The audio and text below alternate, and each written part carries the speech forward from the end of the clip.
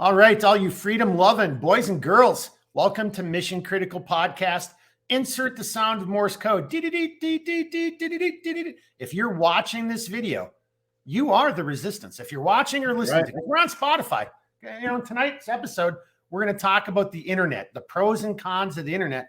Well, one of the pros on, you know, if you don't want to watch YouTube, well, you can listen on other, platforms. One of the platforms we're on is Spotify. So if you're not watching this, if you're listening to this, it doesn't matter. You're still part of the resistance. We're your hosts. Not this guy, but whatever. I can't turn my hand enough to do it that way. Redbeard. Yep. And Mark, and we've got a special guest in the studio tonight. It's Big Spoon, aka Spoontastic. And tonight's conversation is going to be, I don't know if we're going to do a part 1 and part 2. We'll see. Paul's going to be joining us here in a little bit, but we're going to talk about the internet. And, as you can kind of see from the title, look, there's pros and cons. And I think we all, as adults, if you're an adult, a rational human being, there's some positive things about the internet. And there's some absolutely horrible things about the internet. And we're going to talk about that a little bit tonight. And some of it will get a little personal. I run a small business and I've got my own commentary about the internet that I kind of want to use this platform to finally be able to bitch about a few things, but go ahead, Jeremy. Do you think we should dedicate a small segment to Paul and call it the Better Call Paul segment? Oh, that's good. That was pretty good. I can't believe you just came up with that. That was actually pretty good. How did a ginger come up with that? I don't know how a ginger came up with that, but I like that. Better call Paul. I like that. We're going to have to figure that out and have a special thing. Look, and on that note, the internet is a good thing. And, we're kind of jumping ahead a little bit. And there are some very positive things that you can do with the internet. And if I ever got off my ass and then got my own software and could mix things, but again, I'm a small business owner, so I'm, well, he hasn't heard it yet, but Jeremy heard it ad nauseum, in the pregame. I have no idea where my day went. I've been on the bounce since 8 this morning, and I have no idea where my day even went. I don't even know what the hell I even accomplished here today. But that's kind of the pro and con of the internet, right? So we can use this medium to talk about issues if we're not censored, if government doesn't get involved. So that's going to be the gist or the thrust of tonight's conversation. But as always, before we jump into it, we do and we're going to start getting better at this because, the mad minute has turned into everybody talks for 5 to 10 minutes, but we're just going to do a mad minute. Everybody gets 1 minute to say whatever they want to talk about current event wise. It doesn't matter the subject. So you want to start? Well, I'll go first. I like yours. If you stick with what you said, I like that because that's kind of the point of today. So I'm going to call this the what grinds Big Spoon's crank today. I like that. That's kind of that was kind of sexy. As all of you should know, today is December 7th. That's right. Pearl Harbor. I work for a company that does money laundering for the government. That's a good way of putting it. That's a good way of putting it. Yep. And zesty. We're starting off pretty spicy. My coworker is a former Marine. He's 23 years old. I'll throw myself under the bus. I'm turning 40 in a couple months. And I was former soldier. That's, but that's besides the point. I asked him, do you know what's going on today? And he goes, well, not a whole lot. And I was like, okay, this is why I wanted to ask, because you don't know what December 7th is. And he goes, no. I'm like, they didn't teach you anything about U.S. history in high school or in the Marine Corps? They didn't teach you about Pearl Harbor?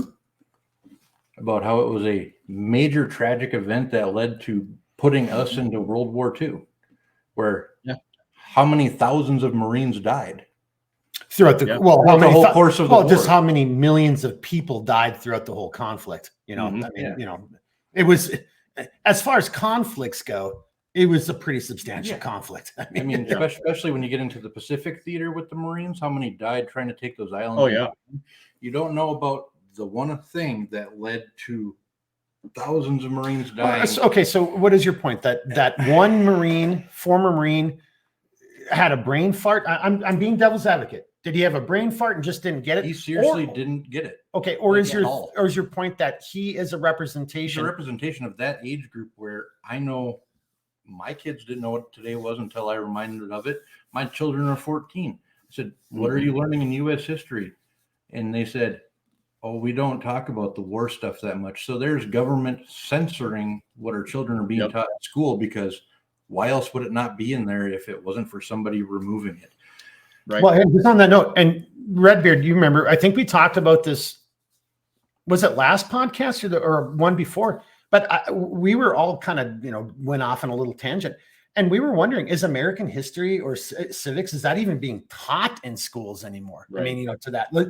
I'm not giving your kids a pass, but if your kids, you're a product of whatever you're involved in. And if they're not teaching anybody, and if the Marine Corps isn't teaching, if they're not indoctrinating that into new Marines, I mean, one of my other coworkers, who's a supervisor with me, is a retired gunnery sergeant from the United States Marine Corps, Silver Star awardee. He almost flipped his shit when he found out that this other Marine that worked with us didn't know that. Didn't know about it. He actually went to go freaking shoot his ass in the parking lot, and I'm glad I stayed in the truck. I was like, I'm out of this shit. Hey, Jeremy, is he still coming across pretty good audio-wise? I think so, yeah. Yeah, I think he's doing okay, at least on my side. So have that little command voice a little bit, because little diaphragm in there. That's what grinds my crank is. Okay. People, younger people especially, with how much access they have to the internet and social media, don't know about a crucial moment in American history. And and that's fair. And nothing, seriously, we don't script this. Now, Jeremy and I were talking, we call it our pregame. We were talking before we hit record, and December 7th came up just very briefly when we were talking about, literally, we were talking about Israel, and that, now there's a big debate whether Israeli intelligence, which begs the question, did American intelligence, how much did we know about October 7th, beforehand, and how much was acted on? But if you want to go down that road, like, what did the American government, what did FDR know? Like World War II was a huge thing. You had American sentiment saying, let's stay the hell out of it. Somebody right now who's watching this is probably on board saying, well, FDR sacrificed American lives in order to get America involved in World War II. I don't know if that's true or not. But if that's your opinion, and if you've got documentation, if you think that, that's legitimate, but that's different from whether we were set up or not, whether our political leaders walked us into it or not. It happened. I think you could make an argument that it happened for good reasons, because Nazi Germany would have been pretty fucking bad, right? That would, I can speak German, but that wasn't forced upon me to learn it, right? So, so I think, I think to that point, the real kind of question is, where's the intentionality? Is the school system intentionally not teaching a younger generation about American history? I'm actually half tempted when I get home to pull out my son's U.S. history textbook, because the print date on it was 2020. I want to actually look into that thing and see what's in there and see how much stuff they're actually leaving out. That's what I want to find out. Low key, they're probably requiring each student before they leave the class, or as a general form of response, saying, "Ja, mein Obersturmführer." Nine, that's for Bolton. All right. Both of your German really sucked. And I'm going to add Paul to the stage here. His timing is absolutely perfect, as always, as we're just getting started. Better call Paul. Better call Paul. By the way, Paul, are you picking that up? Big Spoon, Big Spoon just came up with a segment for you called Better Called Paul. Hey, there you go. Yeah, I like Fix my camera here. It's a little bit high up here. Redbeard that came up with it. I think I brought that up. Yeah, you said it. No, it was Redbeard. Oh, geez. I was shocked that a ginger thought of it. Oh, I thought that was the funnier part of the whole conversation, I guess. You cheeky bastard. All right. So, Paul, just to bring you up to speed, we literally just started recording just about 8 minutes ago. We're just doing our Mad Minute. We did the intro.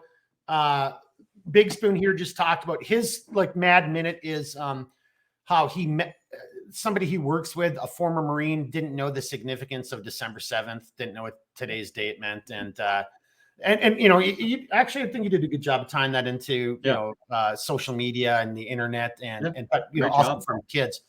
So I don't know, Paul, if you want to give yourself a minute and we'll go over to Redbeard. Other way. We'll go to Redbeard first for his thing and then down to you and then back over to me. How about that? Let's let Paul warm up here. Redbeard, I got to do it this way. And I got to get there. Yeah. So, over to you, sir. So for my mad minute, is it me? Paul's jumping in. All right. Yep. Go ahead, Paul.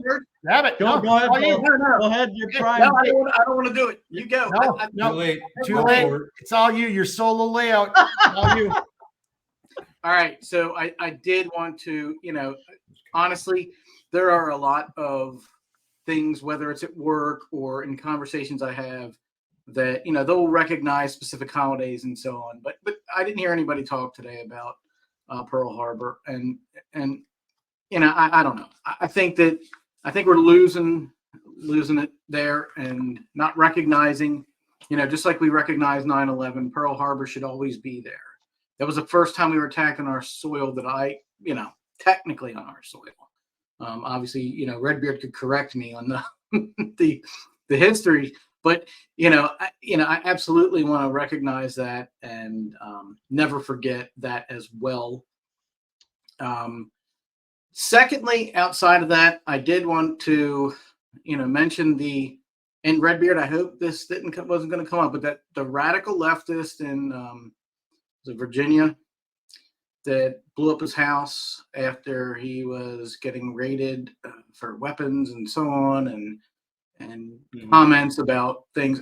I saw the video initially and I thought that's not good. I said either somebody had a bad gas line and it blew up, because I've seen houses blown apart because some kind of a gas leak. But this one seemed weird. And initially, when it was reported, they didn't tell us that it was the police were serving a warrant. So I'm curious about why that was initially, in my opinion, hidden. Maybe you heard it right away. I did not. Yeah. And then it comes down to, okay, well, now we're not really going to report on this because the guy doesn't fit the media's narrative. Yeah. So that's kind of my thoughts this week.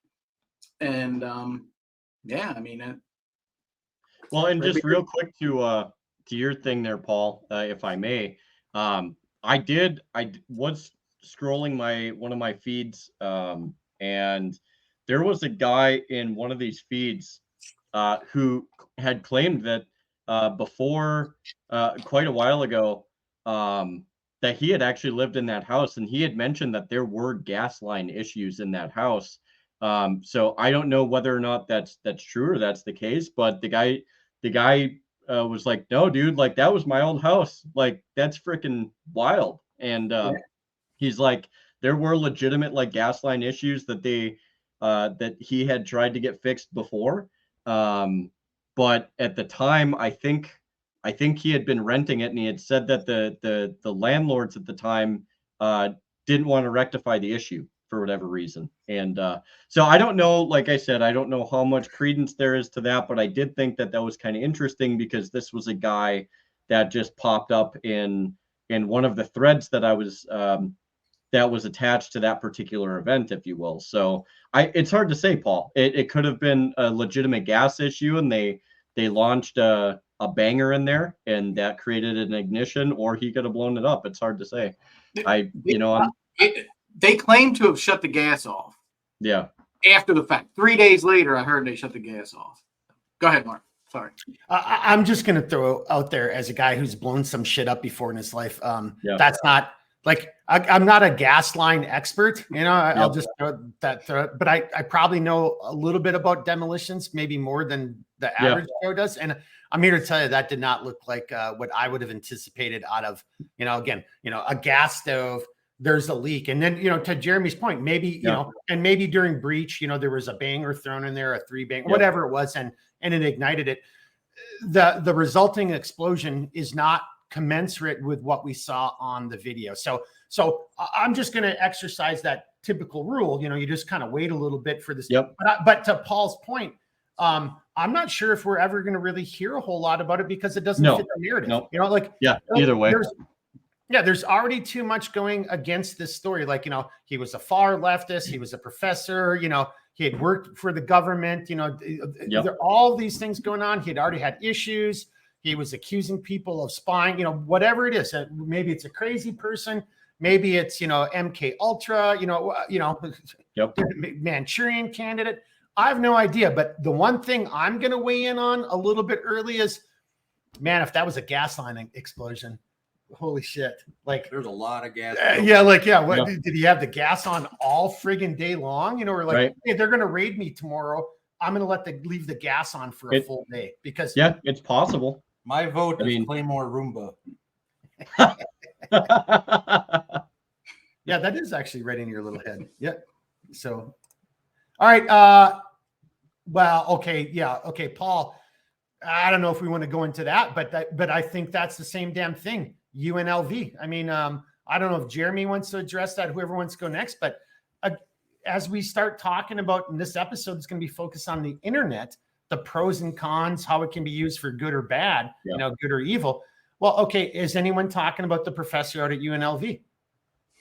Like that barely has scratched the surface, Paul. There was barely anything else. Yeah. It's internet censorship, right? Nobody gets their news from 211 and 13, you know, whatever channels you have, but they're not getting that from there anymore. They're getting it from the internet, and the internet is censoring those type of things. Yeah. Period. And look, no one's arguing that this, and we don't know if he was a professor at the university or if he was a professor someplace else. We don't know the background of it, but we know we're starting to get a little bit. And the bottom line is this 60-some-year-old male went in there and then killed. Well, I don't know if he's killed 3. One's in critical condition. So he shot a bunch of people. But why isn't that being spoken about? Why is that not being reported? Why are we not doing all these deep dives?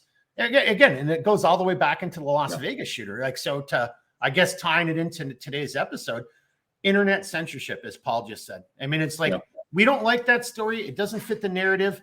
Move on. And just not talk about it. Let's pretend it never happened. Let's pigeonhole it. Yep. Redbeard, you want me to go next, or you want to go next for your mad? I can take it real quick because my thing's just going to be super short. You know, Mark and I had been talking about this. I think probably for what would you say, like 2 or 3 weeks, as it pertains to people looking abroad for significant others and stuff like that. You and I have talked about that on and off for a couple months now. But it comes up. It comes up. Yeah, like it's not like a constant every conversation thing, but we've talked about it enough. And you know, and I think it's interesting how, you know, you look at the social environment of the United States right now, and it's become very much pitched against men. And it's not saying that it's just men that have all the problems. Clearly, there are some issues that women and young adults in general face as they're growing up. But I think what you're starting to see is this climate as it pertains to dating, building relationships, finding friends, and stuff like that. It's becoming harder in the United States. One, because it's become too polarized and disagreeable. But at the same time, like when you're looking specifically for a significant other or somebody you would deem to be a significant other, what you're starting to find is there's less and less people that have like real intrinsic value in the United States. And that's not saying that there aren't good people out there. Mark and I have talked about this numerous times. And I do think there are good people out there, people very worthy of finding somebody. Unfortunately, it's been soured for both sides, I think. And more predominantly, I think you're starting to see this trend of guys that are looking abroad and in hopes to find somebody that's a little bit more put together, that aren't overly concerned about the TikToks and in the social medias and stuff like that necessarily all the time, and going with whatever's popular at the time in the moment. But people that have a genuine interest in looking for somebody that they can settle down with, that has, you know, that has certain value and stuff like that, that guys are looking for. And I've seen the same. I've started to see that some women are doing the same thing, but we've gotten to a pivot point here in the United States to where we're no longer interested very much in each other. Again, I think a lot of that's due to polarization. I think it's been affecting men. It's been affecting women. I think in terms of men, it's becoming much, much harder to find a significant other here, mostly because of the fact that there's a lot of people out there who have very, very skewed standards. They have very messed up perceptions as to what they think is reasonable when it really isn't. And that being said, I do think that that's also where the internet does fill a void, and it does play a very important role because it creates important connections between people around the world to where you can genuinely get to know somebody from a different country, especially a country that perhaps your country doesn't like, and be like, hey, wow, like this is a normal, average, everyday individual.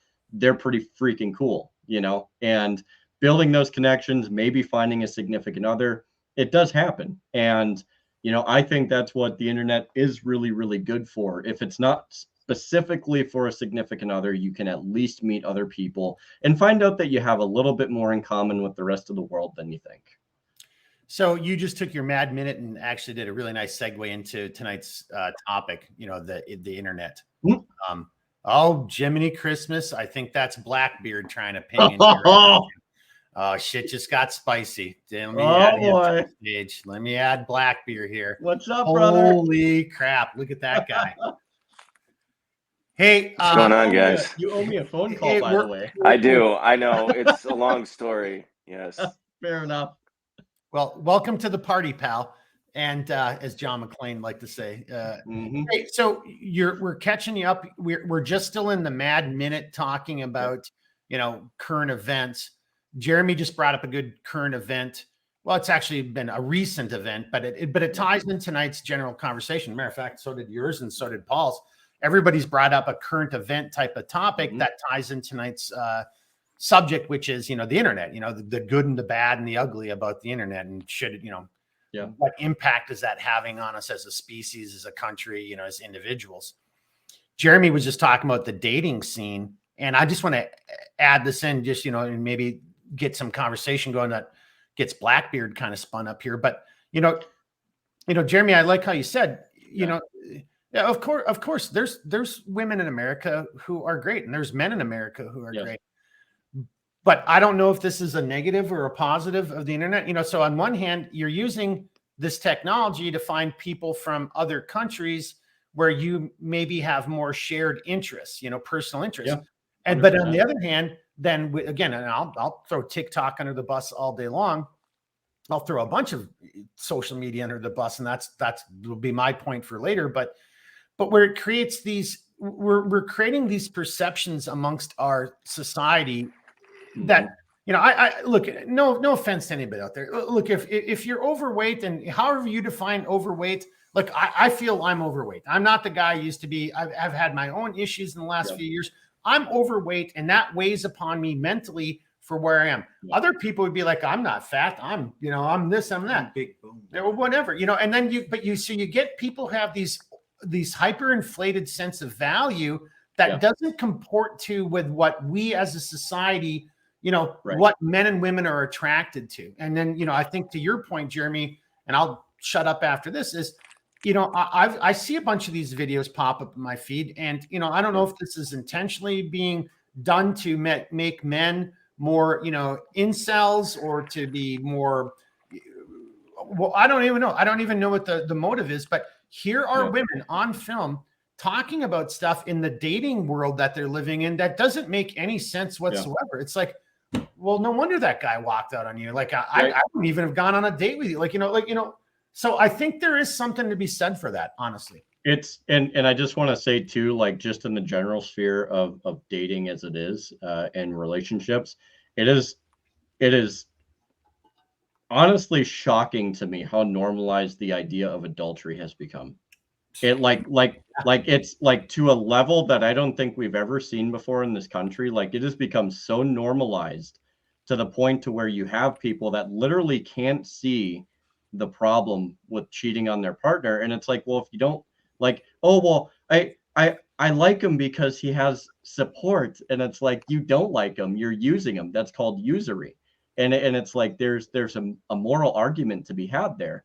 You know, Oh, and but also just don't even forget just like, you know, yeah, body counts and yeah, you know, I mean, all of you know, that is, promiscuity. It's like, you know, yeah, it's, you know, all of that aside, I do think that, like, as it pertains to, and again, I'm not speaking for all American women, nor am I speaking for all American men, but I think there is a yearning for people to want to find individuals that have a sense of a moral compass, and they're and having a set of principles and having values, and they're just not finding that in the United States anymore, because it's again, we're running into, more often than not, people that are yielding these things to what is current for the day, as opposed to what should be a sense of, you know, direction. They're just going to go with what's popular. So, and I think that's why a lot of guys like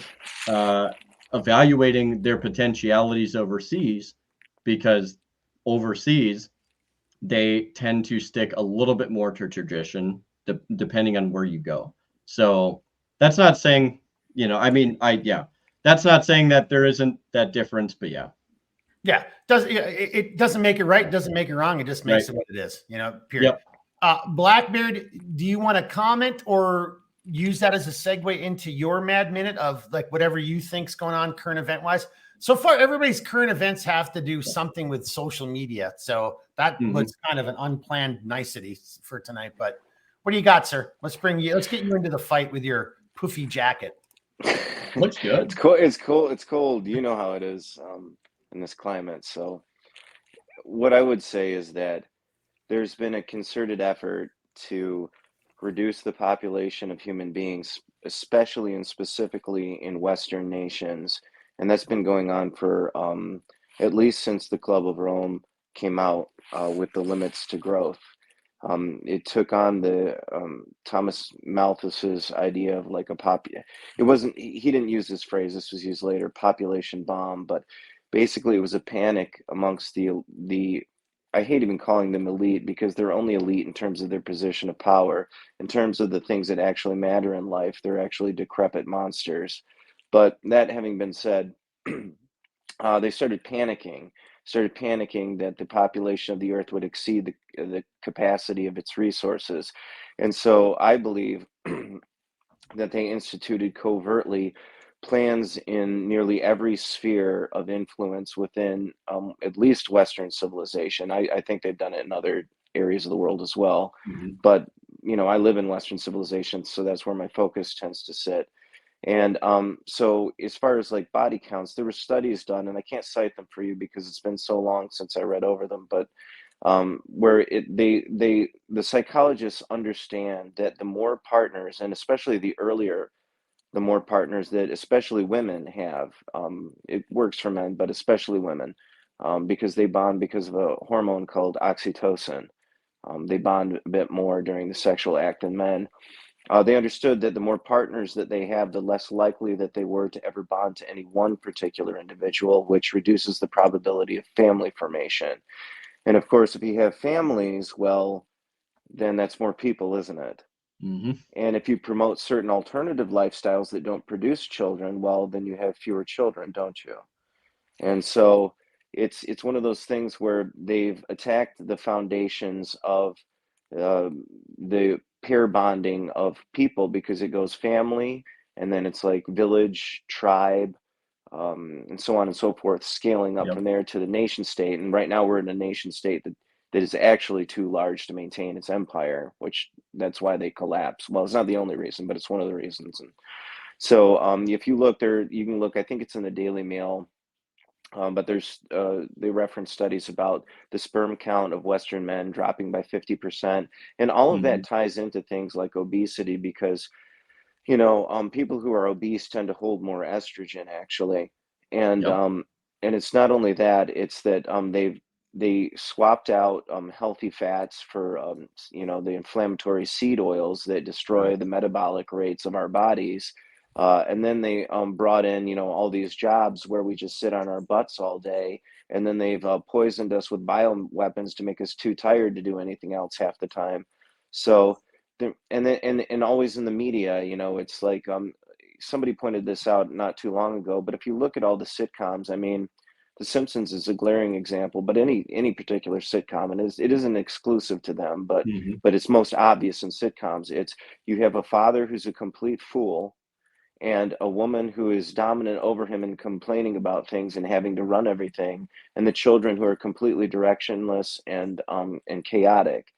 And it's because it isn't art imitating life. It's they understand that culture is created from the top down, and their desire is to create a culture which is anti-human because they desire that there be fewer humans.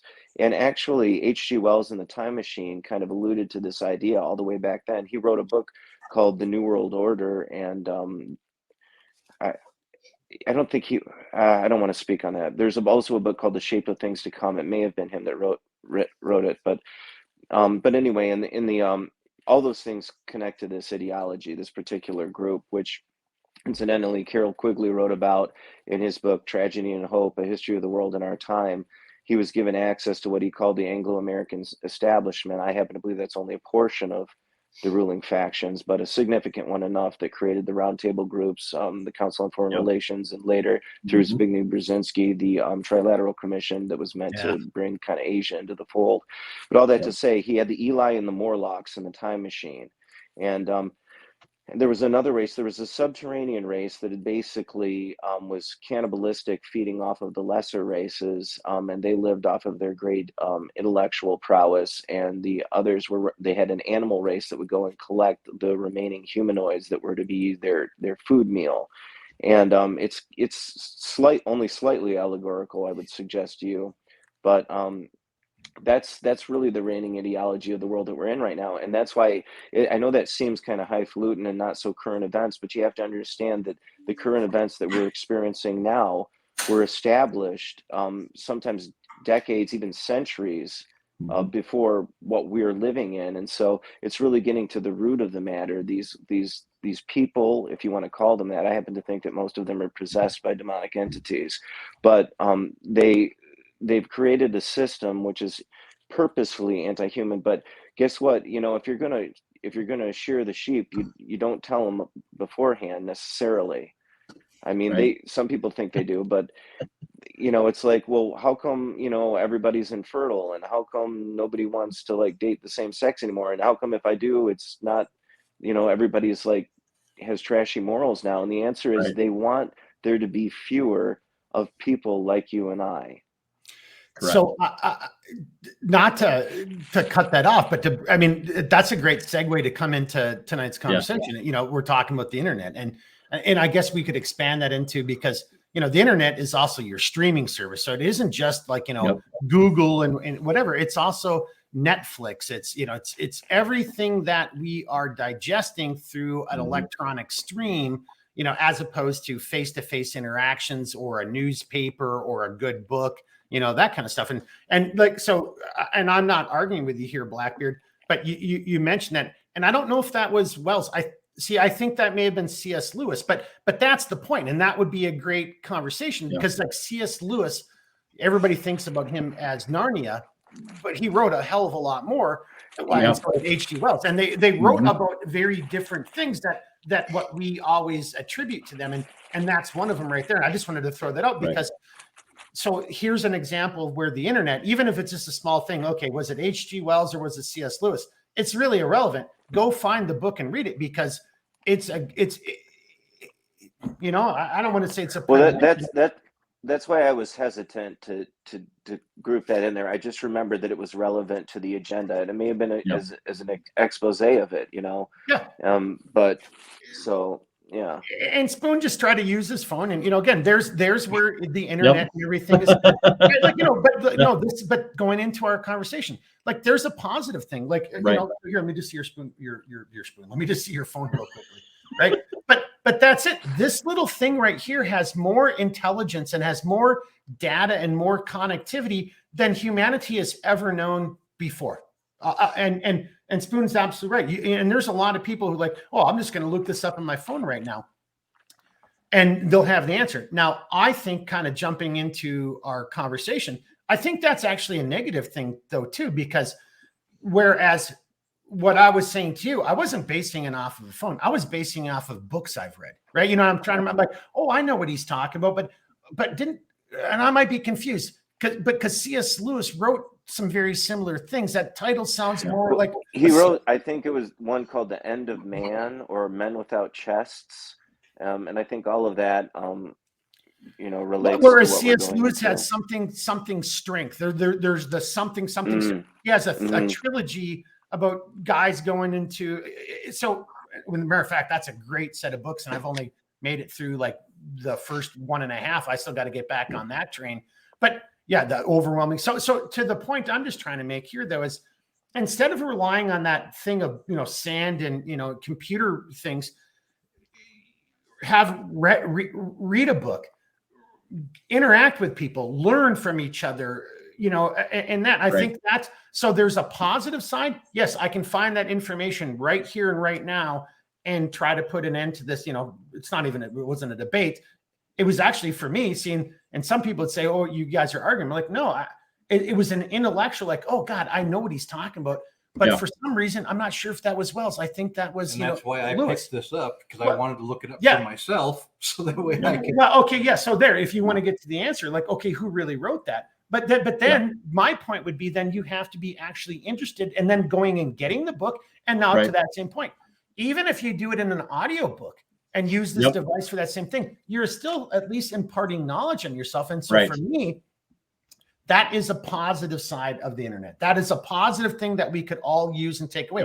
And to Spoon's, if I would have adamantly said, no, that is C.S. Lewis, and then he's like, and then 5 seconds later, you're wrong. And to me, what's interesting is I hear so many politicians talking shit out of their ass, where it really does. It takes a 5-second internet search, maybe a minute, and you're on the most left-wing, you know, news outlets, and but there it is. It's like, no, there he is. He actually said that, and here he is saying it, or whatever. Or there she is, Nikki Haley, you know, for example. Just so anyone, you know, don't, you know, oh, you guys are all right-wing. Oh no, that's not at all. No, Nikki Haley, not a chance. You know, no way, Nikki. But I like what you just said there, and I think that's where we're kind of going. You know, we're 30 some minutes into it. We're technically still in the mad minute 30 minutes later, but you know, and I'm just going to throw my mad minute out there just to keep with tradition, but I want to bring it back over to what Blackbeard just said. And then, cause I know, well, seeing you've got kids and you'll speak into this a little bit more. So, but my mad minute is simply, in today's day and age, we've got politicians, Dick Durbin in particular here that I'm going to talk about, who's basically saying that, hey, people who've entered our country illegally, and I don't give a shit how you feel about immigration. It's still illegal to enter our country without going through the immigration process, without going through a port of entry. That's against the law. That's on the books. There's I don't give a shit how you feel about it. It's illegal. You want to change the law, then work within the system to change the law, but that's still illegal. But here's a politician saying, hey, these people whose first act is to break our laws, I got a great idea. Why don't we let them join the military?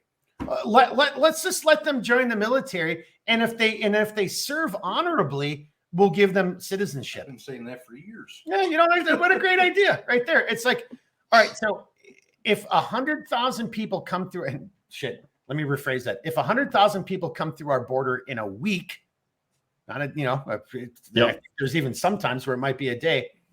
And if only 1% of them are bad, you know, like bad actors sent by foreign countries, you know, ground branch type of guys, paramilitary guys, you know, agent provocateurs, however you want to say that, that's way too many people in your country than you can afford. I mean, it just is. And not only that, but you're also like saying, hey, so you've started off doing something illegal. And when our normal citizens do something illegal, they get punished. They get a ticket, a citation, they get arrested, they go to jail, you know, taxes, you know, whatever liens. But you were going to make an exception for. and we're just going to let you then be, you know, in the forefront. Like, I just realized now too, there's also another side of it. It's like Dick Durbin doesn't want his kids to join the military. He just wants to bring in some poor ass son of a bitch who just wants to find a better life. Like, hey, dude, I'm going to turn you into a slave for the next 2 to 4 years of your life. Because he agreed with him. Yeah, you know. So anyway, that's my mad minute right there. It's just the madness of Dick Durbin. I want to chime in off of what he was saying. I've been saying it for probably about 15 years, ever since I started really paying attention to what's been going on in the world. You come to this country illegally, one of two things should happen. We toss you back over the fence, or two, you're automatically conscribed into the United States military for 4 years minimum. And if you serve well during that time, then you have the ability to be granted citizenship. So I disagree with you. I don't know if anyone, does anyone else want to jump on this? I'll dovetail into this real quick. You grab it. We talked about this just before this started, and I like Eastern Europe's policy of you're going to either come here the right way and conform to our laws in the way that we do things, or you can fuck off. And we'll throw your ass back over the fucking Rhine if we have to. That's my policy. Like, anybody who's not going to come here the way that they need to, no, you can pack your bags and get fucked. Like, in the end of the day, like, there's too much at risk for us just to overwhelmingly just take people all willy-nilly, especially if you're just going to go against our customs, our courtesies, our values, our traditions, and moreover, not even respect who we are. It's not our job as Americans to conform to you. You conform to us. So I completely agree, Redbeard, but here's my kicker on that. No, you don't get a kicker. Catapults at the border. Yeah. We get rid of the military thing. Just put catapults at the border. No. Back over. All right, but in Big Spoon's defense, he actually, his opening comment, it was pretty weak, but it was what you just said, Jeremy. He said that's where we should start, but then then this goes into the internet. Now I'm kind of throwing you on the bus a little bit, but this goes into, we're all being inundated and attacked and assaulted with, like, well, if you don't agree that people should just be able to come here, then you're a racist. Like, no, we're not. No, we're so why not? We should be more adamant. Like, and look, I didn't watch the debate the other night, but I did see a bunch of videos of Ramaswamy, and no, I'm probably not going to vote for the guy unless he's he's my only choice. But he called he spoke truth to words. It's like, no, you don't get to come here illegally. That doesn't happen anywhere else in the world. So then tying this back into the internet, and then this is my real kind of thing for people is look at how evil is, and look at where our media is today. Because if you speak out against people breaking the law, somehow you're the bad guy, and I'll just throw Los Angeles under the bus. Some guy defended his house and hearth. He had a daughter and a grandmother or a mother or something like that in the house. Bunch of people broke in. He used a handgun to defend himself. And there's a picture of him in cuffs. He's the guy taken away. So that is what the negative about the internet is going on, is because that is the image that's being portrayed. I think Blackbeard was kind of getting on this. It wants us to be broken down, belittled, and then again, to your point. So you said the right thing. In my humble opinion, no, you can't come here illegally. There's a legal process. But then you started making exceptions. And I think that's what the problem with the Republican Party, the Democratic Party, and most Americans. It's like, well, okay, but maybe, but I'm like, well, that's not what the Constitution says. That's not what our law says. We don't need more laws. Mm-hmm. And I think ultimately this is the evil of the internet. This is the dark side of the internet that people don't want to admit. It's like, this is what's transpiring in our country.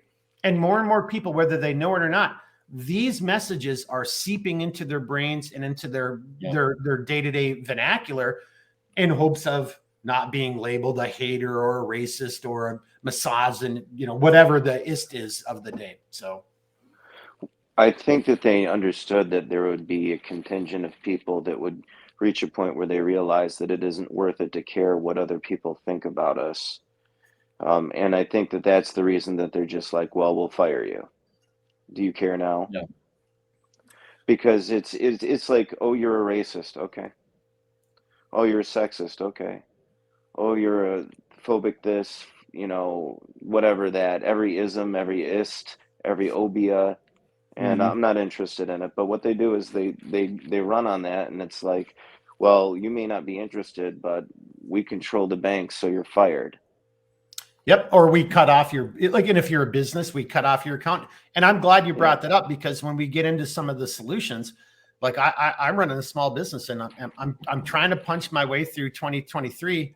But come next year, I've got some pretty clear cut goals, and a lot of them have to do with what you just said there, Blackbeard. I can't be at jeopardy to even have the limited resources I have in my accounts for somebody to take them back because I made something out of camouflage, or I fought in a war against terrorism, or I said raping women is a bad thing, and I wasn't kind and supportive enough of the Palestinian or Hamas or Hezbollah, whatever the new thing. Like you said, what do they say?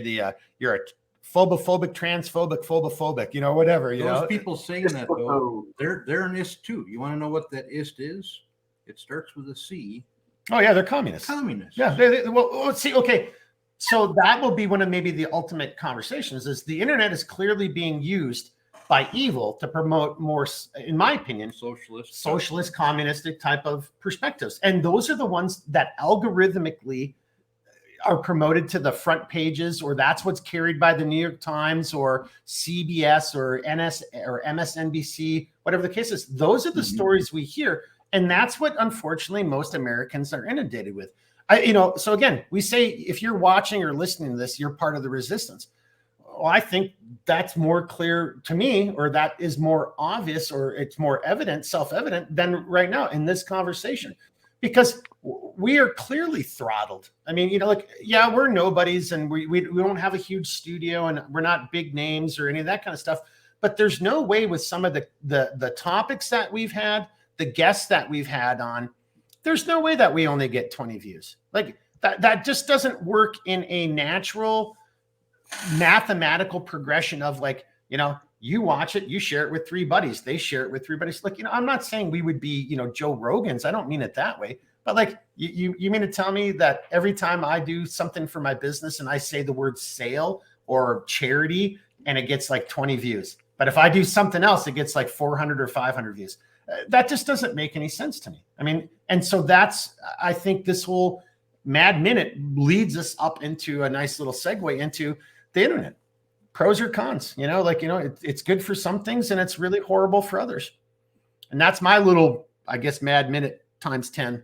Paul, I know you're writing. Hey, we better do the Better Call Paul segment. Yeah, Better Call Paul. Yeah, Paul's been writing for a long time here.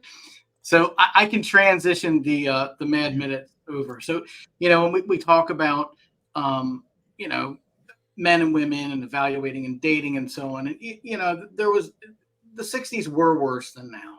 Okay, let's face it. I was a child of the 70s and 80s. We were petrified of AIDS. So we were totally different.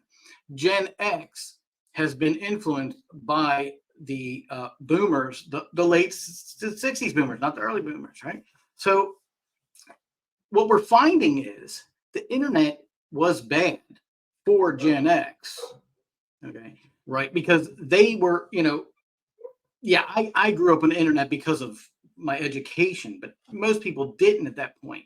But Gen X, they've known nothing but the internet, and they've been influenced by people that want to influence them. So it's been bad for them.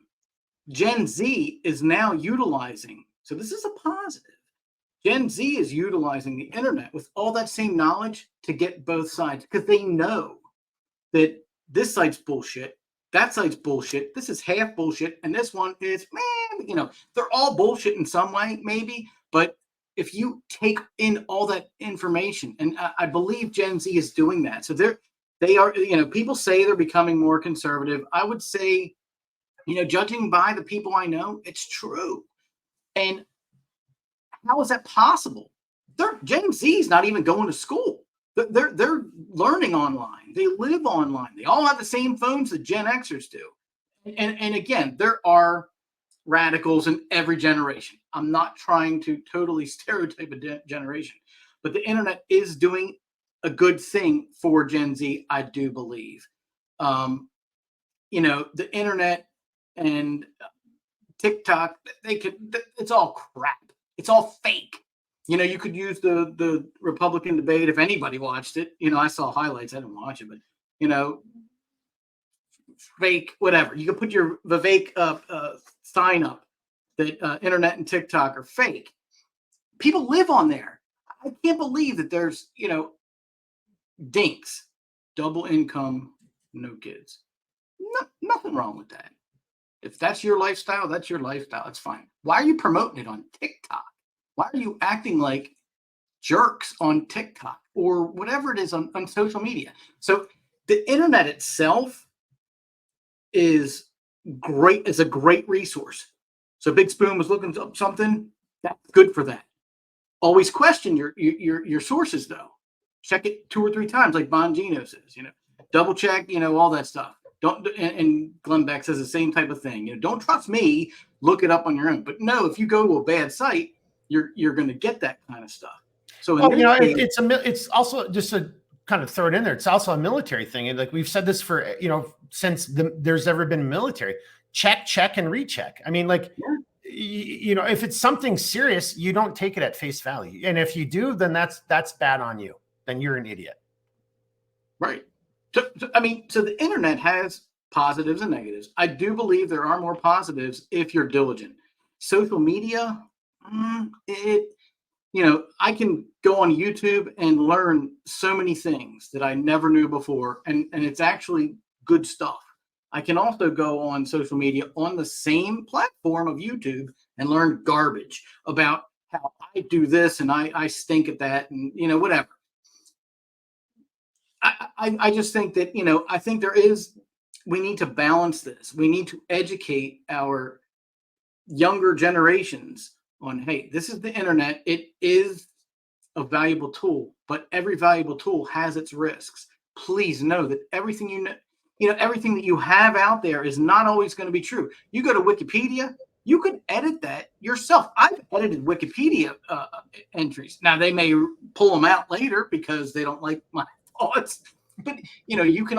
Wikipedia is good for scientific things and those technical things and things that have regulatory stuff. But when it comes to the story of centerline systems or Paul, it may or may not be accurate. So just be careful. Utilize that stuff the best you can. Something that you just said really struck with me. I want to come over to Big Spoon here because he's got kids, and I think that's going to tie into it. Jeremy, I know you might want to chime in here too, but I just want to say that to Paul's point, if we were smart, if we were still wise humans, we would look at this and we would realize the tool it is. Just like, back in the day, like, when I went through university and, and all that kind of crap, you would, okay, this periodical or this source is this leaning or, and so therefore I better bring in 4 other sources where I'm not just going to read McMullen. I'm going to read, Smith and, and this other reports and these other, and I'm going to bring that stuff in there into my argument to show that I've actually paid attention and I'm well-rounded, right? I'm not just towing the party line, not just towing Glenn Beck, like you said, or Mark from Centerline Systems. But so kids are using the internet to learn. And I think it could have been, had we shaped it this way, it could have been a great tool for education because it's a repository of all the information of humanity. So, you say, oh, the Vikings won 4 Super Bowls, like we just did. In 4 seconds, I could fact check and be like, yeah, that's not true at all. They lost 4. Exactly, right? So what's it like for kids from your perspective? Like, so basically to the better call Paul, are we able to turn this around? So here's my question to you. Is it microphone.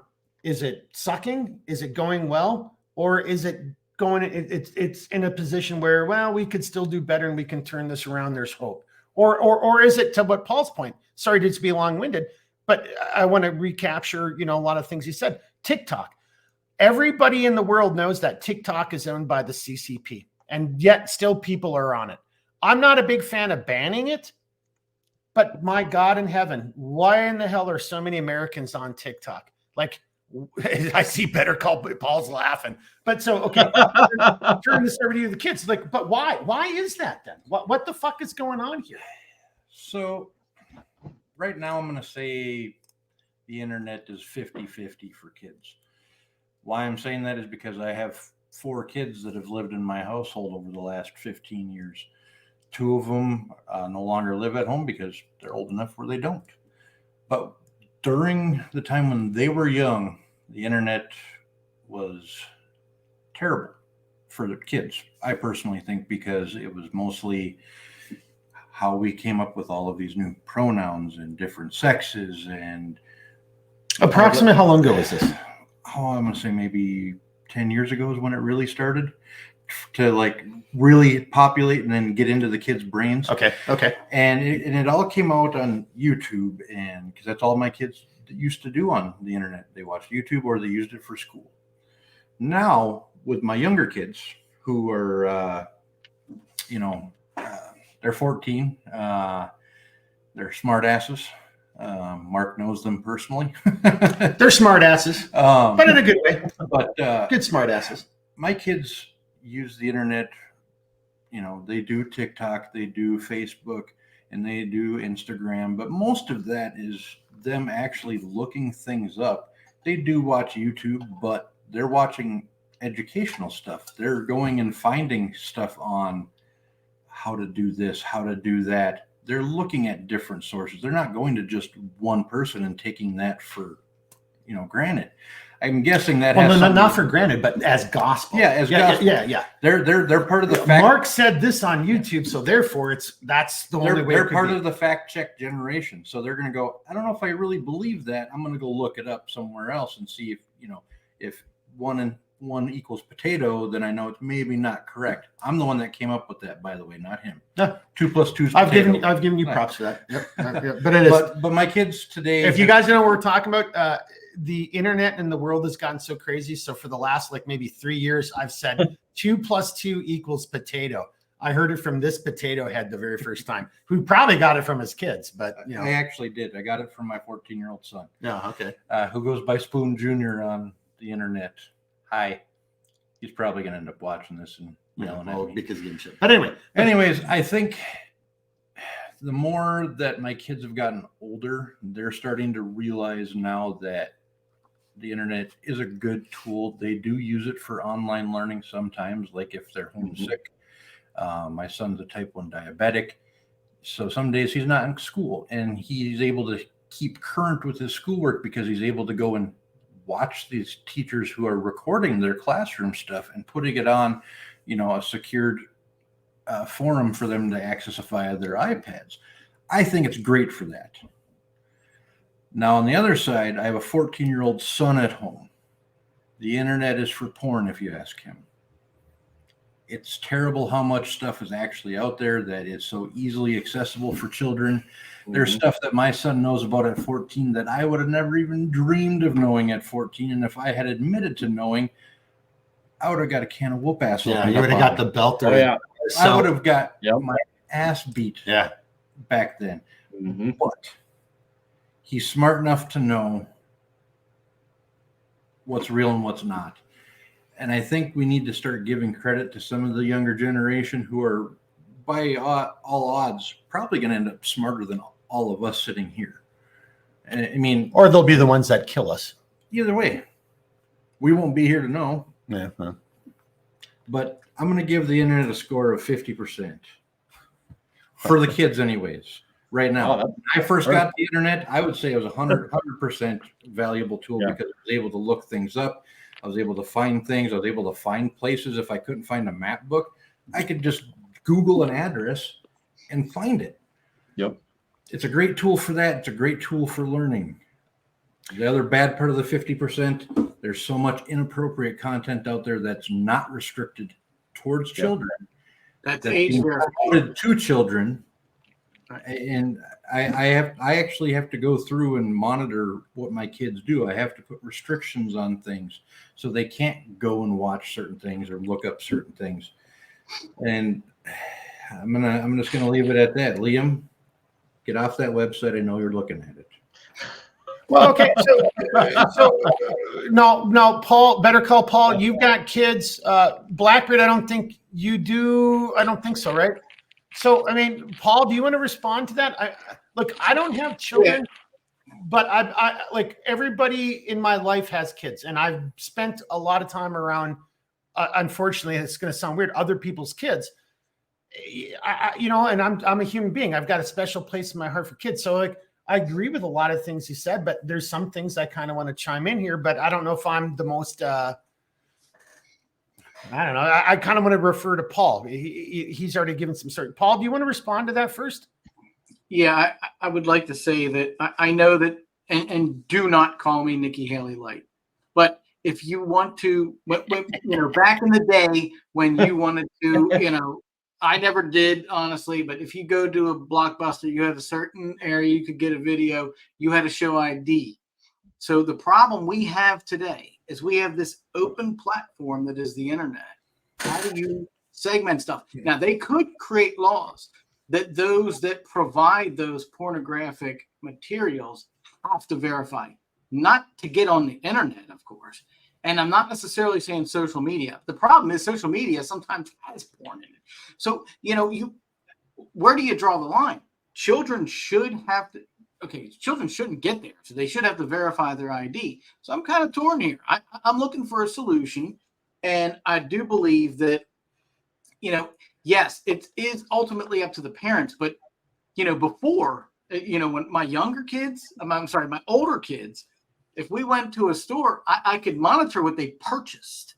If they're on the internet, I can't. I can monitor it, okay? I can, but that's technology. But you can't stop them from going to these sites. So how do you do that? You need age verification. So if there's a porn site, you have to verify your ID. I'm sorry, and I know Redbeard wants to jump in here too, but I love what you just said, because to me, one of the major solutions here is a common sense solution. Like, look, I think everybody right now, again, whoever's watching or listening, and I think all of us to a greater or lesser degree, that there's positives about the internet. There's good things and there's negative things about the internet. But I think when it comes to the negative about the internet, at the end of the day, that's on us. That's parental controls. That's parental supervision. And we don't need new laws, because if somebody goes on a website and foments violence against, shouting fire in a movie theater, contrary to what people believe, is not against the law. Shouting, going into a place saying, I'm going to kill all the fucking Jews. Well, okay, now you are potentially inciting violence, right? Then you have to look into the totality. If I do that in a coffee shop and I've got a gun on my hip and I'm pointing at 3 out of 20 people, well, okay, you see what I'm saying? But that same level of, gosh, I don't know what the legal term is off the top of my head. That same level is already there in the internet and the regulation of the internet. Matter of fact, we were talking about, because Spoon at first, it's like, I don't know if I want to be on. And then, and Jeremy, you and I were talking about this a little bit earlier too. Dude, whether you're either a platform or you're a publisher, and we have laws. Oh, okay. Was that a softball? Did I just throw a softball for you? I have to picture what you were gonna say real quick. And just grab it. Go ahead. And I really want to hear what Blackbeard and Paul have to say about this, as well as you two. But so Mark, we were just talking about this earlier. We get into, I am overwhelmingly against government regulation, but we are at a juncture here to where we have to evaluate certain things. Now, let's take a very, very, very simple example. Drinking. Everybody loves to drink. Everybody likes to drink. Everybody enjoys drinking. But here's the thing is, whenever you're drinking, unless you're in Europe, because Europe has different drinking laws, but let's relatively talk about the United States. In the United States, most places in the United States, if not majority of places, it is, if you are drinking in like a park or if you're walking and drinking, you'll get cited for public intoxication. However, if you're in a bar with all of the same people, you won't get cited for public intoxication. Now, it's one of those things to where you have a difference of being in public, which would be a public area, public forum, whatever, or you're in private. Now, as private, as it pertains to business or even our own homes, they reserve the right to decide the rules and decide who they want there and who they don't want there. In public, anybody can go there. Now, you might be wondering where I'm going with this. Well, think about this as it pertains to drinking. If they can cite you for drinking in public, we have to understand that on the internet in general, I'm not talking about websites, I'm not talking about any of that. Internet in general is considered to be a public area, a public square, if you will, public forum, if you will. What is to say that government regulation could not transfer physical public law into the public space of internet? Therefore, if Mark or Spoon are having a great time and they're on the podcast and they're kicking back a beer, and who's to say that they couldn't be cited for public intoxication? Because the internet as a whole is a public square. Now, if you were to go on something that's a service and you have a company that creates a forum or a platform, if you will, or a publisher, then they reserve the right to, allow what they would like to allow, right? Because it's a private entity. There's a difference, a massive difference between public and private. And mind you, when the Rona came around, that's a huge thing that people fucked up a lot on. And I don't think they understand that, because they were getting all up in arms about all these businesses, these private businesses. Oh, they're not going to let me come in here. They're not going to allow me to do this. Well, yeah, they're a business. They reserve the right to do that. They reserve the right to refuse service, much like the bakers in the gay couple years ago. They reserve the right. They have the right as a private entity to refuse business. However, if you're in a public forum, a public square, if you will, anybody can be there.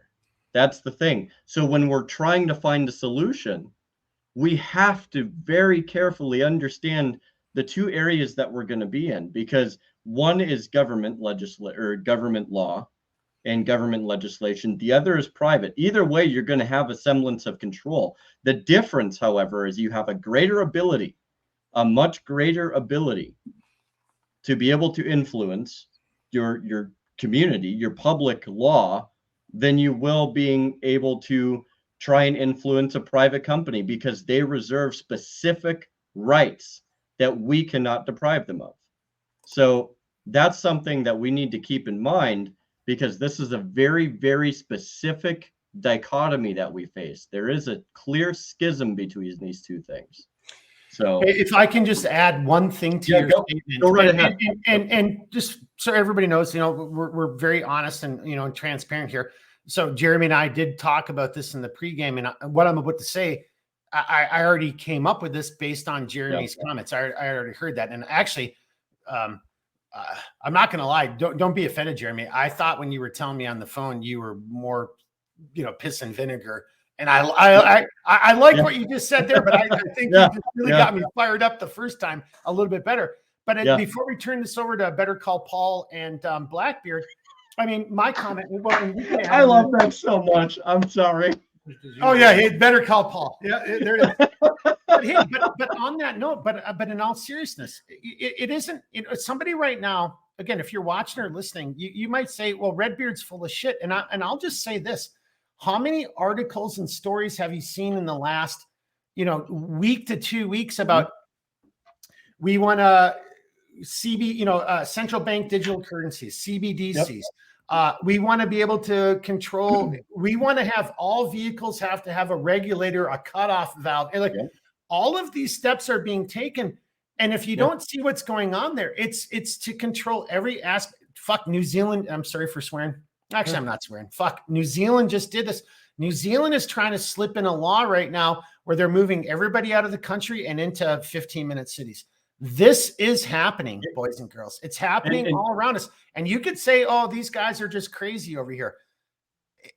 I'm not making this up. Go do your own research. It is out there. We want to control your vehicles. Oh, you've driven too much today. We'll shut it off. Oh, your carbon footprint. Well, because you're not John Kerry or Hillary Clinton, they can fly everywhere in the world they want to. Right. But you've already done one flight. You know, you went to Cancun and within the last 6 months, so you don't get to fly again for another year. Or you've driven, oh my God, you drove down to the cities 4 times for your personal stuff that you do. You know, that's too much. Your carbon footprint. Now you won't even be able to drive to work for a week until you're whatever's. But this is happening right here, right now. And that's a good and a bad, in my opinion, about the internet. The internet is good because it helps us expose this, but the internet is bad because we have so many actors that are going along with us and selling the story, you know, oh, climate this, you know, whatever, you know, to your point, Jeremy, and people are going along with it. And I just wanted to throw that out there because I think it's well, God dang it. You know, you said it. I'm just going to jump in. Look at the last 3 years of unpleasantries, you know, the bullshit that was going on. And look at how that's now being told or the story that's being told is, well, you know, we only got it wrong. I'm like, no, the internet's for real, right? The internet's for life. There you are saying that I should lose my job. I should go to jail. You know, all these other things should happen to me because I disagree with you from a medical or a philosophical or religious perspective. So this is where the internet and what's going on is also very evil because it's manipulating and it's really changing a narrative. All right. So that's my comment. Well, Spoon had to take just a briefly, phone call. Just let everybody know. I did shower today. It wasn't me that drove away. Just got to take a phone call real quickly. So yeah, just real briefly, I just want to tack on one more thing. You know, like you're describing the last 3 years, look at how many people wanted government intervention to force businesses to do what they wanted just so they could go get their own fucking Fruit Loops. Like, let's be honest, like these are people that are so disconcerted with government authority until it impacts them. And then, but if they don't get their way and they can't go into their favorite grocery store because they made a business decision, which is a private decision, then they're going to throw a tantrum about it and they want government intervention. Look, it's the same thing. Whether public and private, that's why I continue to bring this up. Like until people understand these concepts and understand how our rights and our liberties are you know, basically beaten to death in this argument between public and private, look, you're going to miss the whole thing. That's why when it comes down to the internet, it's no different. It's literally no different. People will bitch, moan, and complain all they want about how something needs to be fixed. And then once it's fixed, they're going to complain that the government fixed it. You know, so it's like what we're facing is a clear education issue. It's not something you can create a law to get out of. It's not something you can create a law to fix. What it comes down to is individual responsibility. And we have to face the reality. There's going to be irresponsible people out there, and we have to just deal with it. Yeah. You know, so that's the price of liberty, people. Well, and it is. And the other cost coming down to, you know, Blackbeard and Better Call is those irresponsible people oftentimes are elected into government positions. I mean, I would say most of the time. Yeah, those people aren't omniscient. They're not, you know, Gandalfs. They're not on the side of good. They're just like, again, that Jerapal lady or whatever her name is. And I apologize if I got it wrong, but dude, listening to her not want to condemn raping women was just absolutely mind-boggling to me. So, and they're not as smart as our two guests here. Well, so as I bring it down to these guys, but that's another point. That's a good thing about the internet because if the internet is allowed to exist and go in the direction that I feel it should, which is, you know, 100% transparency, a platform, not a publisher, then we all get to see this and we all get to make up our own minds. You're like, you know, no, there she is. She said that, and I'm able to see that. And there's a lot of people and a lot of our own American government entities that Yes. don't want us to see that, and more of Yes. that truth is coming out as well. So let's. Well, who look wants at to go? Ireland, for instance. Oh my God! Don't. Yeah, that's a great point. Damn good point. Who Yep. wants to go? Better call. Let me take 1 second, and then I want to yield to Blackbird the remainder. You of my got more time. than 1 second there. Yeah, 'cause Blackbird otherwise has you'll a kill lot us. to say. He had his hand raised. So my point will be, if 7-Eleven sells a minor a porn magazine, they get in trouble. There has to be laws around it. I know the internet is global. It's more difficult than an individual store. My whole point is I don't necessarily agree with everybody about, and initially I was like, internet should be freedom. And now I'm thinking, no, they're coming after your kids. So as a parent, the internet, I've changed my mind a little bit. I'm sorry. I just have.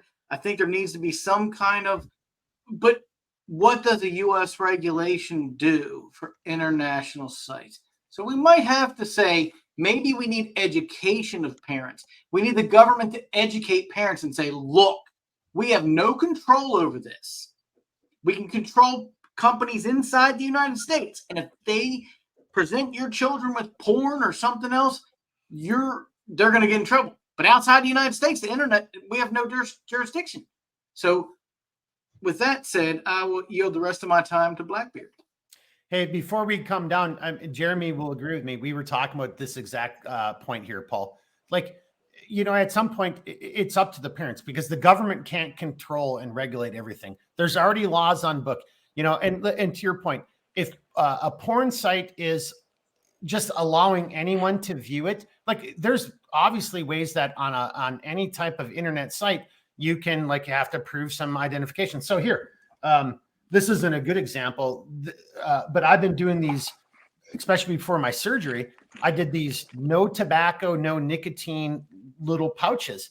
I had to verify my age. I had no problem doing that. And if I was, why can't parents do that same thing?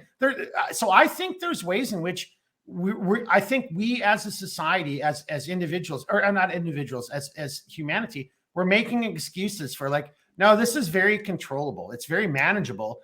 And just as you said, earlier, Paul, if I go into a gas station and buy cigars and they sell it to me and I'm a minor, well, they're in trouble because they didn't check my ID.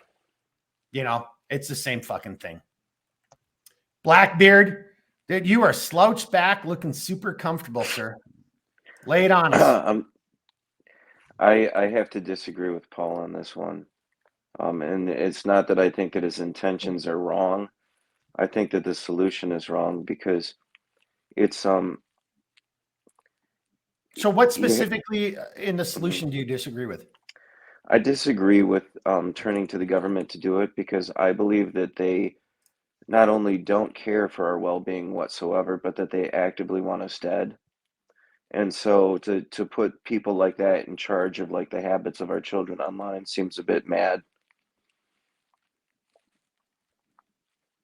Those things that spiders that they weave on a wall to catch unassuming and unsuspecting prey. What are those called? Oh, you mean the web? What if it was worldwide? Oh boy, it's like a dragnet, isn't it? What do you use to catch fish besides a rod and a reel and a line? Dragnet. Yeah, and that, now imagine if that was interrelated between every single person, how many fish would you catch with that? Okay, so here I'm going to bring it to everybody's view. So here, okay, I mean it's a good point.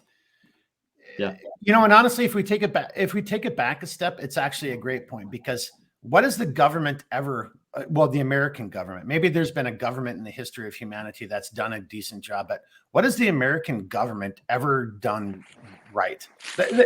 It's a bureaucracy. They always fuck it up. So to Blackbeard's point,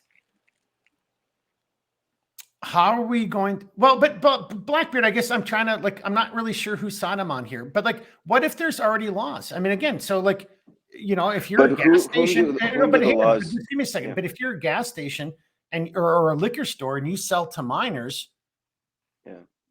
Well, can't the internet be kind of the same way? I mean,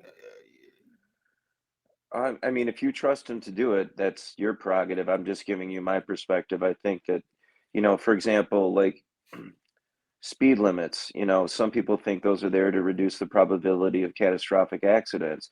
I happen to think that they're there for the purposes of revenue generation. No, I agree with you I on just, that one. Yep.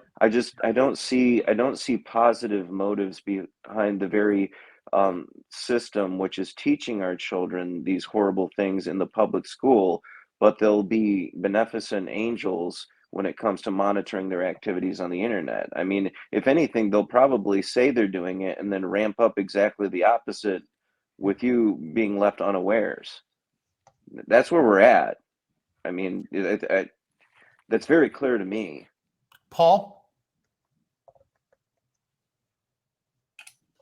I would say that I do agree that it is for revenue generation, but it's for both. It's for both the state government as well as the insurance companies. The insurance companies can save money off of not having to pay for, accidents that they believe, statistics show high rates of speed result in more accidents. So I get that, but they can charge you more and provide less. So that's revenue for them, as well as the tickets that you'll typically get at the end of the month. How many, I haven't had, I'm going to get one now. I know it, but I haven't had a ticket in a while. And because I know I'm being flagged, right? Knocked on wood for you. I was knocking on wood. Just saying I did the same thing. Yeah, I knocked on wood for you, buddy. At the end of the month. So I better not be in a car at the end of the month, because that's when they meet their quotas. They deny the quotas. The quotas exist. And hey, look, that's funny you just said that. I just saw that at the beginning of this month. Yeah. It was so obvious. I'm like, it was a state patrol. I'm like, you just pulled that guy over because you needed to get another fucking ticket. Like, it was obvious what happened. Especially, again, by obvious, like, okay, I wasn't there, but knowing where the ticket was and where he was pulled over, it's a straight up speed trap, right? It's like, okay, he was going 40 and he was 100 yards short of where he should have been going 40. Like, it was just ridiculous. Oh yeah. Yep. I don't get pulled over a lot, but when I do, if it's early in the month, I typically get a warning. If at the end of the month, I get a ticket. There's no negotiation. And I'm old enough to know that whether it's a small sample set or not, it just worked out that way. And maybe it's random and BS. It's possible, but well, so I want to kind of bring it back to the two of you, Blackbeard and Better Call Paul. So again, the question, in the private chat is identification, ID verification, not regulation. I'm not lying. I think from my humble perspective, I think you guys are both kind of saying the same things, even though, Blackbeard, you're kind of saying you disagree, but I think the ultimate point is we don't need more regulation. And I know Redbeard will jump on that. I'll jump on that too. We don't need more regulation.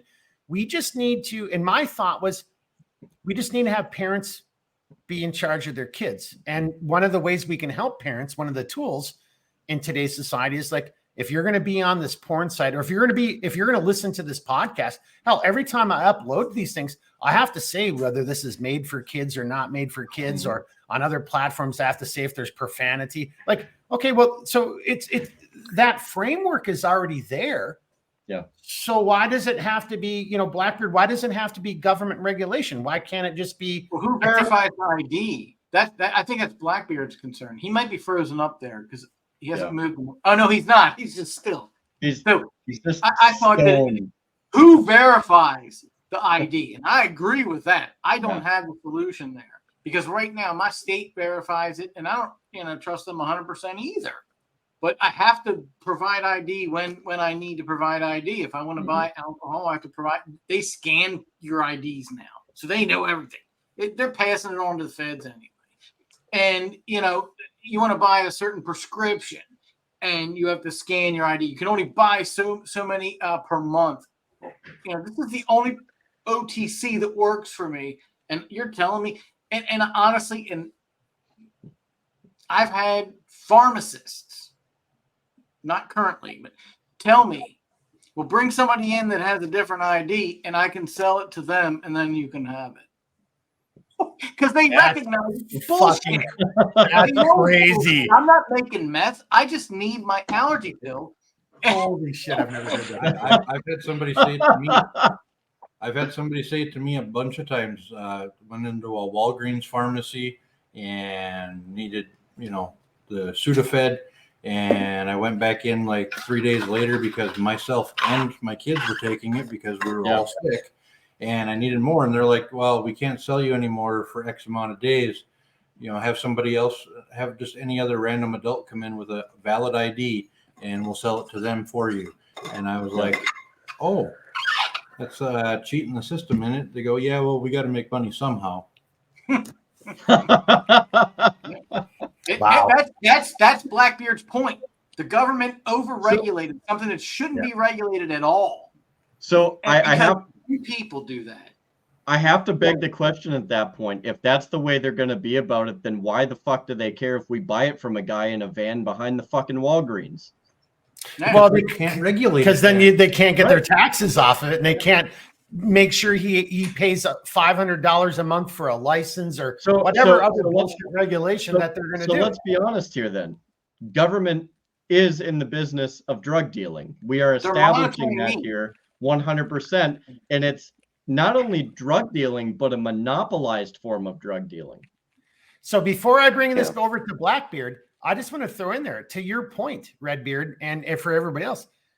So to me, this is one of the evils of the internet that we really have to strive to avoid, because the moment, look, the EU is really pushing hard for this, and we're right behind them. So, for anybody from overseas, don't think I'm picking on you. America's right behind you. They want to regulate the internet for exactly this reasons. That goes into your point, Jeremy, about intoxication. And that go like, and if you don't think that's happening, dude, they want to do it with your vehicle, your bank account, your pharmacy, your carbon footprint, whatever bullshit they're going to come up with. So, so I think that's kind of, to me, one of the big warning bells, or one of the major issues that we should all be taking a step back and taking a moment of pause and being as calm and whatever, and just be like, okay, does this really make sense? Blackbeard, go ahead, Redbeard. No, I was just going to say, hey, look, that day is slowly coming to where your local sheriff's going to be at your door and being like, Mark, I didn't want to be here. I saw you. You had 2 glasses of wine on the podcast. I have to cite you for public intoxication. It's like, so if you don't want to be here, why the fuck are you here? Because you can say no. Well, whoever said it, because it's a revenue-making thing. That's all right. No, and that's just another excuse why they can make money to, make sure they keep. So I yield the floor. I just had to say that, though. Oh, that's a good point. So I have. Let's come to Blackbeard, and then I'm going to pose a question to everybody. Let's just Blackbeard get in here, because he's looking cold. He needs to warm up. I am cold. I have a question for you. The government didn't care about Donald Rumsfeld when he was on the board of Searle, using his connections to get aspartame pushed through past the FDA approval process. And we know that like breaks down into wood alcohol and other toxic components inside of our bodies. They're not terribly concerned about the rates of autism in this country or the rates of obesity.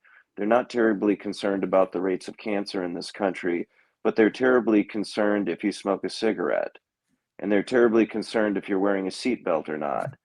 None of this makes any sense unless you understand that there is information that we are not aware of, and that their true motivations have nothing whatsoever to do with keeping us safe, and everything whatsoever to do with, at best, controlling us, and at worst, managing the absolute intentional decline of our population. Yeah. And not just the decline of the population, but the decline insofar as the fiduciary or financial resources, in other words, getting blood from a stone, getting the most out of us that they possibly can get out of us before we die.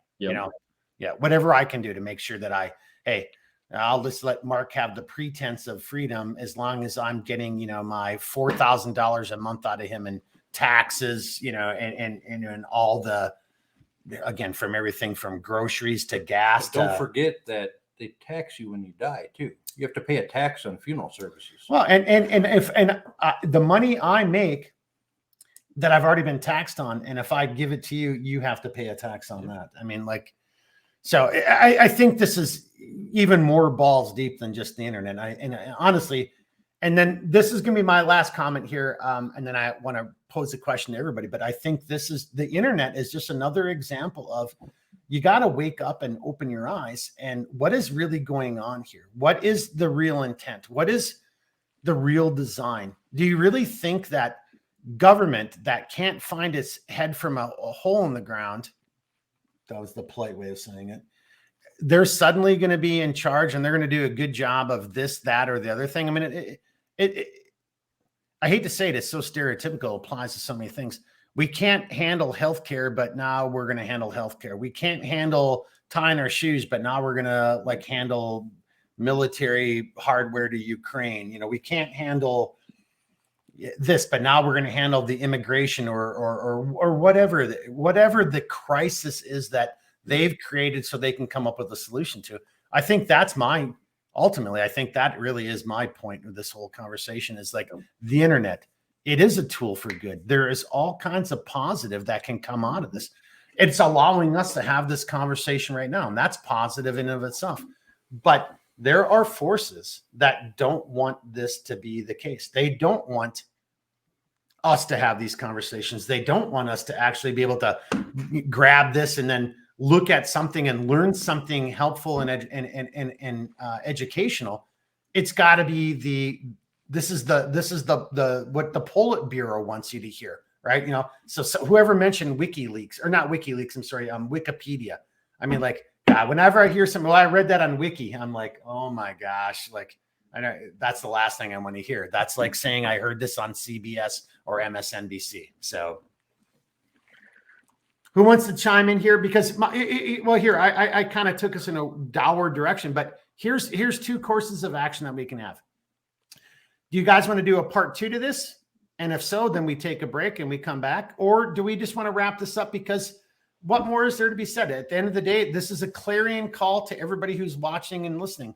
You got to start reassessing how you view the internet and where it's going to go, because it's another crossroad right now. That's my final comment. What do you guys want to do? Well, I have to go. Let's go to Better Call Paul. Yeah, let Blackbeard wrap up, and then I have a few technical details I'd like to add before we leave. Okay. Yep. Sorry, your vote is let's just wrap this up in part 1. Yeah. Okay, or just one part. Okay. Yep. Blackbeard, do you agree with that or do you disagree? No, I agree. I have to go. So yeah, well, you look really cold, so I'm sure I am. You gotta go make a fire or something. Get a snuggle. Yeah. Right. We gotta have a snuggle, buddy. There's a reason it's Big Spoon and Little Spoon. Yeah, that's actually not the reason at all. Like when this whole thing started years ago, I called him Little Spoon, but his ego is so small he couldn't handle that. So, you know, whatever, just roll with it. But all right, Redbeard, what do you think? Right now we've got 3 people saying let's just kind of wrap it up. Yeah, I concur because, and I'll just put it this way, simply because of the fact that this is it's still kind of like space, right? It's still relatively unexplored. There's still so many different things to cover that haven't even come into our reality yet as it pertains to this issue. It's too broad. I hate to say it, but this might be a discussion that would be better suited for 2050 because they might have a better handle on things than we do right now. But I digress. I do think this is okay because we did hit enough to where I think it makes sense to where we can wrap up. Well, I hope we've mentioned enough things that have at least got people to start thinking. And I'm going to add one last thing before we come over to Better Call Paul and Blackbeard. But just think of the lawsuit that's being brought against Zuckerberg and Meta right now for the child pornography and child trafficking. So again, when we think of the internet and we think of kids and how kids are using it, I'm not saying Paul had the right idea or Blackbeard had the right idea. I personally think it can be regulated, and I think it can be used for good. But right now, I personally think it's being used way more for evil than it is for good. And when it is being used for good, so I'll just throw this out there. I didn't plan to say it here, but I'll say it right now. So over on my business, Centerline Systems, earlier this year, I did a series of online auctions, charity sales. I'm here to tell you, it was so obvious I was being repressed. It was like, people were even trying to share the video links, and then we were like, yeah, I can't share the link. So this is where Section 230 needs to be reevaluated. My final comment is like, we have politicians who pretend to be for freedom in the Constitution, but when there's an obvious evil, but when the donor money is too great, they're not going to do shit about it. So my ultimate point is the internet is just nothing more than another vehicle to point out to me how we have to clean house when it comes to politicians. We have to vote these cowards out of office because there's a lot of people who know what's going on, but their pockets are being greased. So therefore they're not going to do a damn thing about it. And I think the internet is a tool for good, but right now it's a tool for evil. And I might be falling victim to the whole, using Sauron's ring against him type of thought process. I don't know. That's my final comment. Should we let Blackbeard actually go first if he's got to do an Exodus? Who's got to bounce first, Blackbeard or Better Call Saul? Blackbeard does. So. Okay, let's go to Blackbeard then. Gotcha. No, I missed that. I didn't see that in the notes. Sorry, guys. No, you're good. I never want to leave people in a hopeless state. I know that the topics we discussed are what we discussed, but I know that what I said in particular was kind of dour. I know that it was it comes across as very negative, and I'm just trying to be honest about where I'm at with that right now. I don't think that it's an intractable situation. My call is always going to be this. First of all, I want to say that there's a great documentary series by James Corbett of the Corbett Report that talks about the creation of Silicon Valley that'll disabuse you of the notion of all of these geniuses creating the technology that we're using today inside of their mother's garage. The other is that, it may sound cheesy, but the internet and all technology is all determined. And if you can get in touch with God, if you can get in touch with what is spiritual, you're touching on the transcendent, and it goes to a place, it reaches a realm that this world isn't capable of quantifying. And because of that, it brings in these windows of hope and grace that aren't present when you're just looking at the circumstances as they are. And the circumstances are pretty bad, but in some ways it's good. I mean, we get to have this chat because of the internet, so it isn't all bad per se, but there's a lot of bad going on. But I just implore you, I just implore you to, first of all, in taking responsibility for yourself, which is the first place that you exercise influence, is do not participate in the negative aspects yourself. Do not allow yourself to fixate on only the negative things. Do not allow yourself to view things that are inappropriate. And if you do, shut them down immediately. Just develop that discipline, and it'll take you to a place where you'll be able to influence others and guide them. And we won't need an authority figure who hates us to come in and say, hey, don't behave this way, because our hearts will be changed. Yield to God, yield to the transcendent, and develop discipline within yourself. That's easy for me to say. I will always be on that path, but I'm on that path. I choose to be on that path, and you can choose that path too. And I would highly recommend. Oh, we lost. What the hell? Our handler did not like what Blackbeard was saying. He got too deep. The internet did. He was rolling up, and we were both like, dude, that was fucking spot on. He's gone. Yeah, now he's gone completely. So immediately right after that, what I want to say is, and I wish he could be here to hear me, but he's not. I have multiple children, and they were all raised the same way. Some turned out this way, some turned out that way. It's not always the raising. That's why, that's my personal experience coming through, right? You could be the best parent in the world. You could be the worst parent in the world. You could still have a good, bad kid. It doesn't matter. Sometimes there's the influences such as schooling. Sometimes it's genetics. Who the hell knows? Honestly, I have no idea. No idea. Because all of my children were raised similarly, and some turned out certain way, some turned out other way, some in the middle. That's all I have to say. I would have never believed it if I didn't have that many kids. So, Well, yeah, but let's just be real. You know, you're not omniscient, and you're not all knowing and all No, controlling. no. You know, you're just a man, right? You know, like I hate to Right. say it that way, but like you do the best you can. But there's so many other factors, and that's why the internet is, to me, is such a great conversation. And to Redbeard's point, dude, there's no way. You know, this is just one episode. There's so many layers to this, but yeah.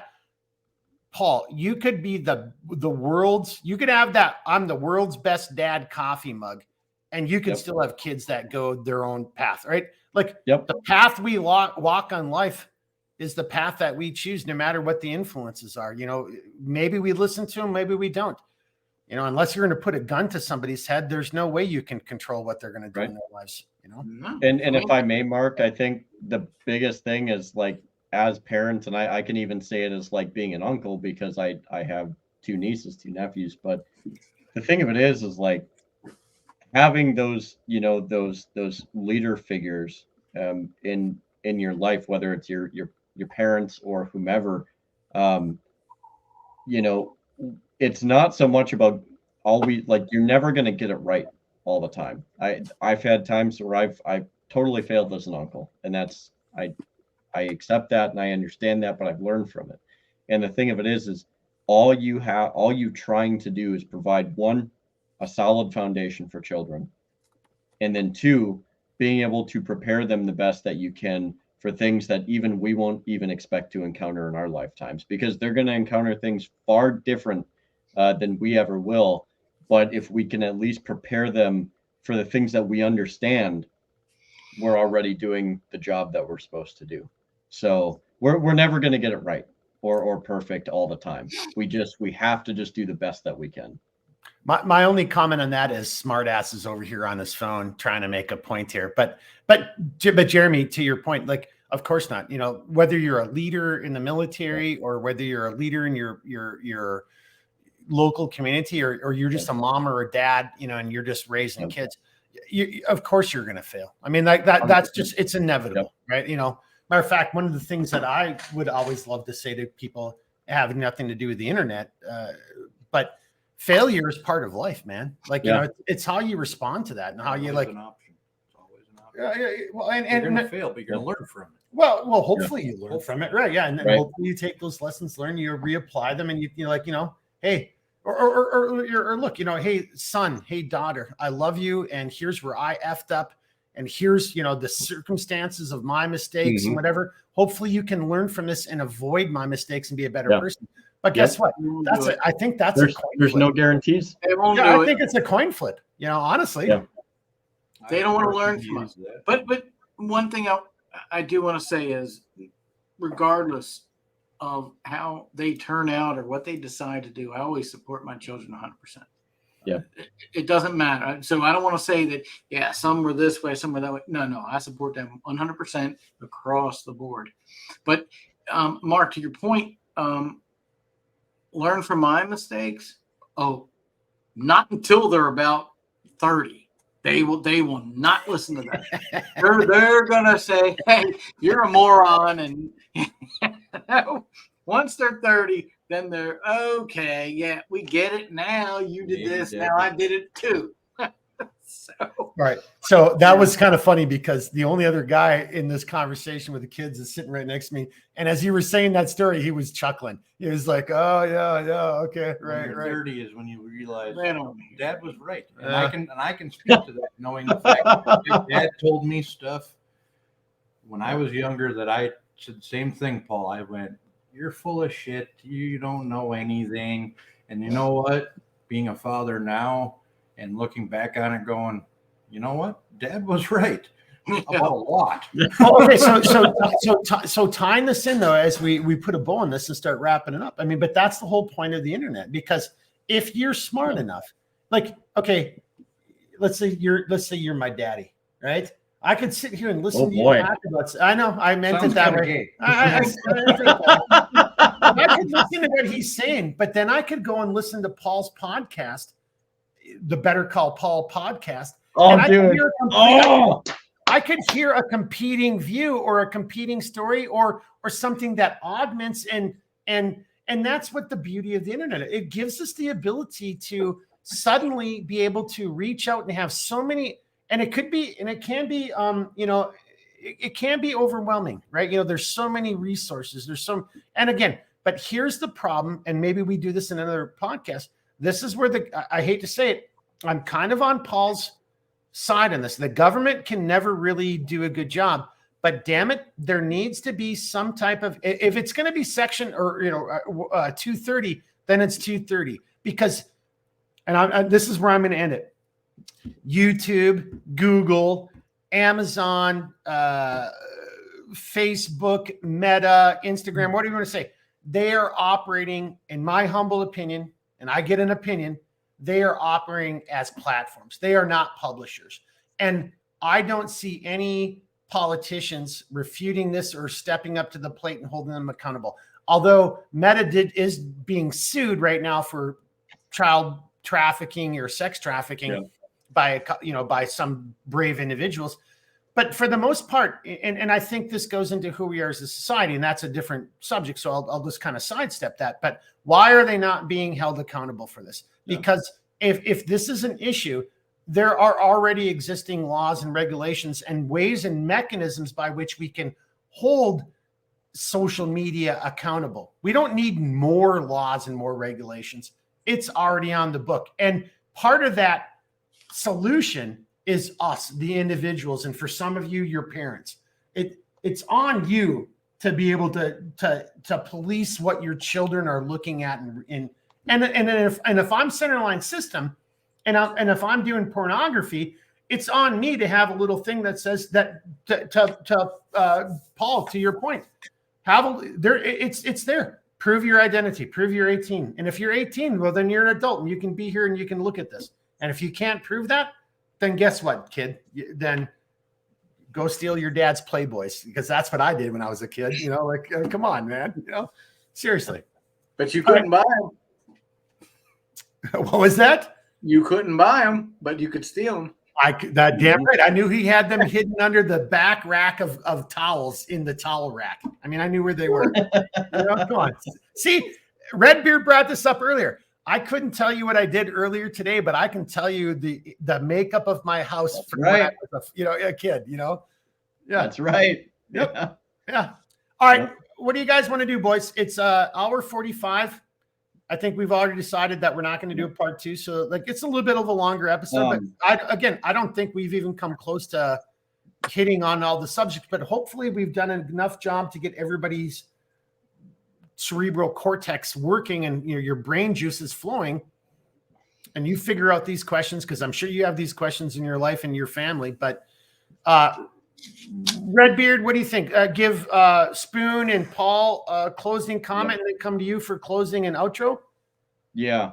Also, before I forget, there's a video pertaining to ID, and also one of the most well-known adult sites called Pornhub that talks about how ID has not helped verify the people that are on there. And as a matter of fact, them, along with many, many other sites, are also at least many people have gone out of their way to investigate the fact that they have many minors at the time of the upload on there. And this is why the ID verification is also something that's kind of hit and miss. But I'll make sure to send that link to you guys if I can find it again, because it can explain it way better than I can. So if you can send that to me tonight or tomorrow, I'll throw it in and I'll have it as a link so anybody else can research it. I'll have it as in the comments.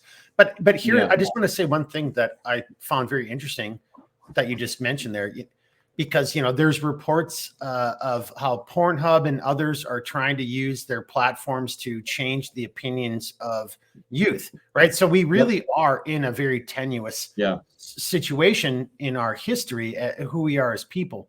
And pornography is just one more tool in the toolkit. I think it's a disease, if you ask me. Well, that's what I was going to. I just said it's a tool in the toolkit of evil, because look, there's nothing wrong with sex, but going back all the way, Jeremy, to your opening comments in the Mad Minute, but it's not a relationship, and it's not, it's not. I would argue it's a self-destructive relationship to the individuals who visit those sites. Yeah, I was just going to try to say it's not Yeah. grounded. It doesn't ground you into, and you don't Nope. have the experience of that. You know, and even just going into that thing about like, you know, Yeah. people dating in America and all this kind of stuff today. It's like, that's not Yeah. normal. That's not life. That's Right. not, you know, sex is normal. Of course it is, but not watching, you know, like, yeah. So Yeah. I don't want to Yep. get too deep in that, but I'm on your side on this one, brother. I mean, I really am. I think you guys will really enjoy the video because the person who put it together, you can tell that they went through a lot of time and effort to try and put it together really well. So yeah, I will make sure I'll do some digging and I'll get it forwarded off to you and Paul and to whoever else might want to. Well, whenever you get it to me, and it doesn't even matter if it's after I already upload the video, I can always add it back in so everybody else can see it then. Okay. Perfect. Right. So then final comments all the way back around to you. Yep. All right, let's go with Big Spoon right here. By the way, thank you for, I know, you know, you're man. a long day, but thanks for being here tonight. I really appreciate it. Poop getting my butt tossed around in an armored car all day, watching TikToks in between stops. Oh, terrible life. Just had to I pour just had to throw it out had there. to pour some fuel on the fire. Had to throw it out there. Yeah, yeah. So, final thoughts are: is the internet evil? It can be. Is it a good working tool? It can be. I do highly regulate as much as possible what my kids do, and I suggest all of you do the same, or at least ask them. Be like, what do you watch on the internet? Like, show me some of the videos you watch, or what YouTube people are you subscribing to? Who are you using who's your social influencer?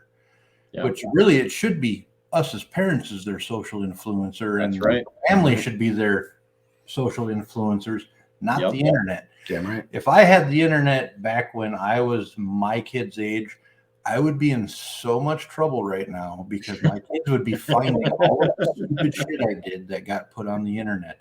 Thank God the internet wasn't around when I was 14 years old, because all of the stupid crap I did would be splattered all over there. And to another point on that, our kids, the current generation of kids, their kids are going to come back to them and go, "Hey, Dad, I found this video of you on the internet from 2023. What the hell were you doing?" Well, or "Hey, Mom, I saw you on TikTok OnlyFans or OnlyFans." Yep. So that it's going to come back to bite this current generation that's using the internet for nefarious purposes in the ass. Right. And I can't wait till it does, because it's going to be hilarious. Well, it's not going to be hilarious because it's going to result in a lot of societal issues and damage. Issues, damage. I've got PTSD from watching my mom on OnlyFans accidentally, because she doesn't look anything like she used to look like, and I happened to stumble on this page. I mean, whatever. Or just even to simply find out that your mom was dressed up as a nurse and having sex with people for money. Whatever. Yeah. And actually, earlier when I was playing on my phone, I was actually reading a tweet from President Trump, so it's okay. Big Spoon is a joke. It makes it okay. Anyways, he's totally joking. Use the internet for whatever you want to use it for. That's where I'm going to leave it. Use it for good. Use it for bad. Preferably not around your children, and keep your kids off the damn porn websites. That's about all I can really say. I do the best I can with what tools I have available. The nice thing about how smart these things are now is I can monitor what my kids are doing from here. I'm an hour and a half away from home. I can still see what they're doing at home because I'm connected to the internet by a camera that's in my house. That's on a VPN that I can go and log into, and I can see what's going on at home, even though I'm an hour and a half away. There's one really good thing about the internet. I can monitor my home, so I don't feel as bad about being down here for work and not being able to be home every night.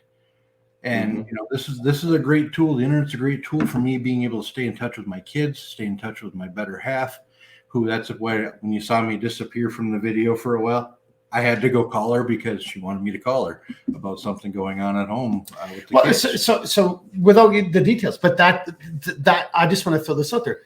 I don't want to come across as saying that the internet and is a bad thing. No, there's ways in which this can be used as a tool for good. and the connectivity, whether it's friends and family from distances or like to what you just said. Hey, honey, I know you're down there, but I got an issue, and then it's a text or it's an email or a direct message. And like, so the as far as the forms of communication or the ability to communicate and do so immediately and across multiple platforms, or not, I don't mean multiple platforms. It can be voice, it can be visual, it can be text. I mean, like, it's a pretty powerful tool that I don't know if the Ring of Sauron can be used for good, but if you could use the Ring of Sauron for good, that would be what the internet can possibly provide. Well, without jumping down a further rabbit hole, because that never happens here. I know it does. You know how many times I've been sitting right over there listening to rabbit hole after rabbit hole after rabbit hole after rabbit hole. I blame that on Redbeard. The tools it's we true, all of it. Oh yeah, but the tools we're given, we choose what to do with if they're going to be good or bad. It's not. It's not. This is bad. It's not the internet is bad. It's not the internet is good. It's how you use the tools you're given. Mark was given certain tools when he was in the military. I was given certain tools as a father, which were tools that were handed down to me from my dad and his dad. I didn't learn how to be a parent off the internet. I learned from real life experiences. This current generation needs to understand that going, oh, I don't know how to do this. I'm going to look up how to change a diaper real quick. Ask somebody. Use your words. If you can't use your words, then go to the internet. But I will say this: in the absence of somebody with the experience in the background, look, there is no Encyclopedia Britannica because we don't have those anymore. It's a great tool for that. Some people do, but like, hey, dude, I don't know how to change my tire, right? And I don't have anyone here right now to teach me. Well, guess what? I can find a million tutorials to tell me how to change my tire. And in the crisis, I could pull this thing up as long as I have power to it. And I could learn how, and there it is. And I could follow it step by step and I could change my tire and then be back on my road on the road to safety or on my road home. So you might also blow the tire up. Well, I was going to say, everything on YouTube. Well, I was just going to say that, you've got to okay, why does this one only have 5,000 views? Well, see, and that honestly, that's not even true either.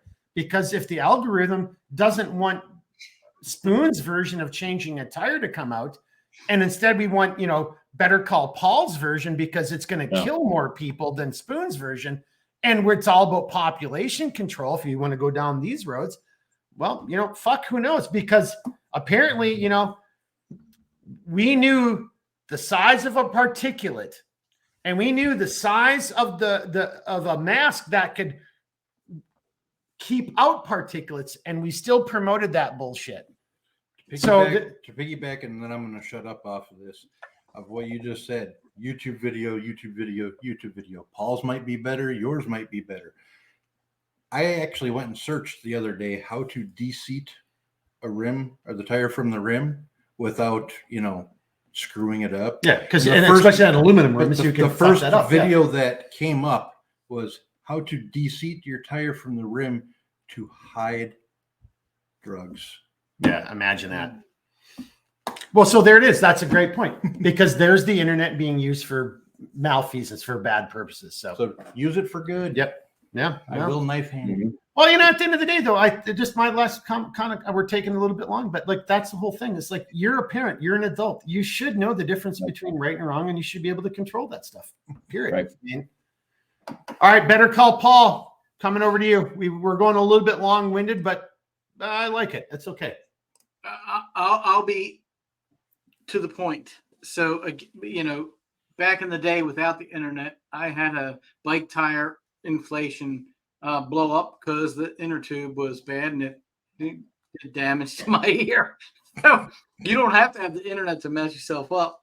But second, as far as the conversation when it came to porn or Pornhub, even Tim Pool thinks that there should be ID verification before getting there. And this is a guy that was Occupy Wall Street, and he seems to be more conservative these days. But then again, the Democrats have gone full commie, and the Republicans have gone absolutely middle of the road, if not Democrat.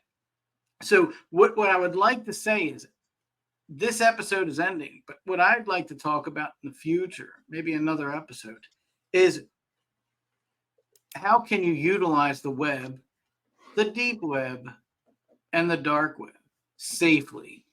I'm not talking about an education thing. I'm talking about understanding those things and knowing how you can do that to do things such as OSINT, which is open source intelligence.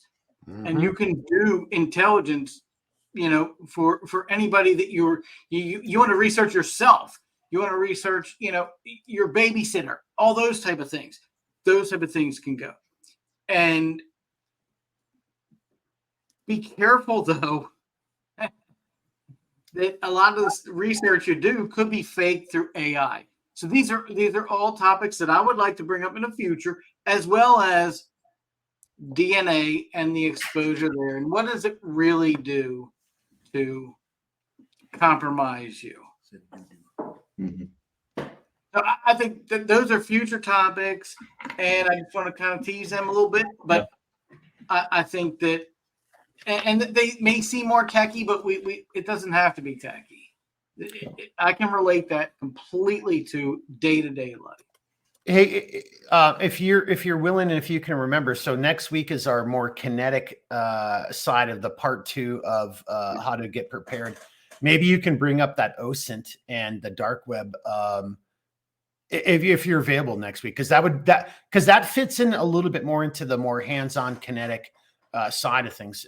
Right. If you're able to join us next week, and if you're not, then just let us know, because I agree with it. That would be a great conversation right there. It really would be. Yeah, it would be. Absolutely. I'm on board. Okay. All right. Roger Dodger. Redbeard, I see a note from you that says, let's not rabbit hole too much. I'm like, dude, that's the whole podcast. We could just call this the rabbit hole podcast. Hey, to be fair, you told me to do better at reminding you, so I'm here fucking reminding you, Mark. All right? It might have been a little late in the show, but god dang it, I'm here. Hey, better late than never, right, buddy? He just knife-handed. Hey, well, did he knife-hand me? Did you knife-hand me? I did not see the knife hand. Oh my gosh, that was perfectly placed in the camera too. All right. Well, hey, so we'll bring it over to you, but I just want to reiterate. I think Paul had a great point right there, and again, we're training to standards, not to time. I think that should come up in a future podcast, and this is more Paul's world. I'm familiar with it, but not anywhere near his. But I like that, especially when you're talking open source Intel OSINT. So there's a lot of stuff that people can do, and that is kind of technically, it could be kinetic, if you want to put it in that space. But I like that, and if we can get Paul to talk about that in the future, I think that honestly that could be its own podcast, to tell the truth. But anyway, that's my final comment. I just wanted to say that, just to reiterate, and I'm just trying to backpedal or take away from the fact you said, hey, let's not rabbit hole things. But I think that's a good rabbit hole right there. So yeah.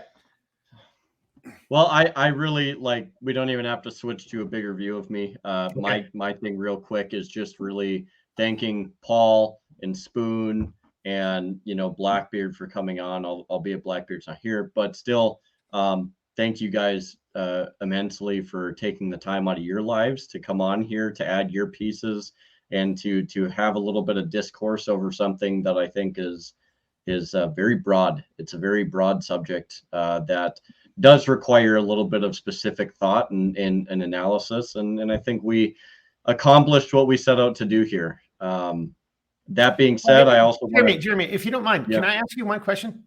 Yeah. You said we accomplished what we set out to do. Do you mind just throwing in your final comments on a personal perspective of, have we really accomplished that? Are we able to accomplish that? I'm hearkening back to our conversation during the pregame. You kind of see where I'm going with that? Like that seems to be a nice hook or a foundation to close this conversation and prepare for something in the future. You know what I'm talking about? I think I do. Because if no one's listening to us, if no one's it's I mean, I think in the general, as much as we can, We've accomplished as much as we can within the means that we can. I mean, in the end of the day, it's always going to come down to the people that come across this. I mean, we've accomplished at least our end of the situation, which is we've had I think, a pretty good discussion about the pros, the cons, the variabilities there, at least as much as we can, and within what we understand. And granted, there's a lot more out there that's beyond what we talked about.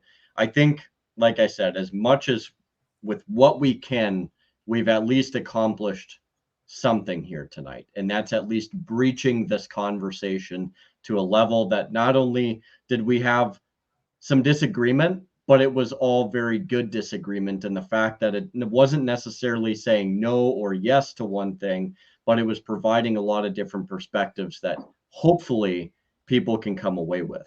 So for the next time, that was a great point. And we talked about that, but for the next time, what I'm really kind of was fishing for is to hear your comments again. Let's save it for the next time. Here's the negative side of the internet is that, you know, I've seen my stuff on Centerline Systems. I've seen even what we're doing here on. Oh yeah.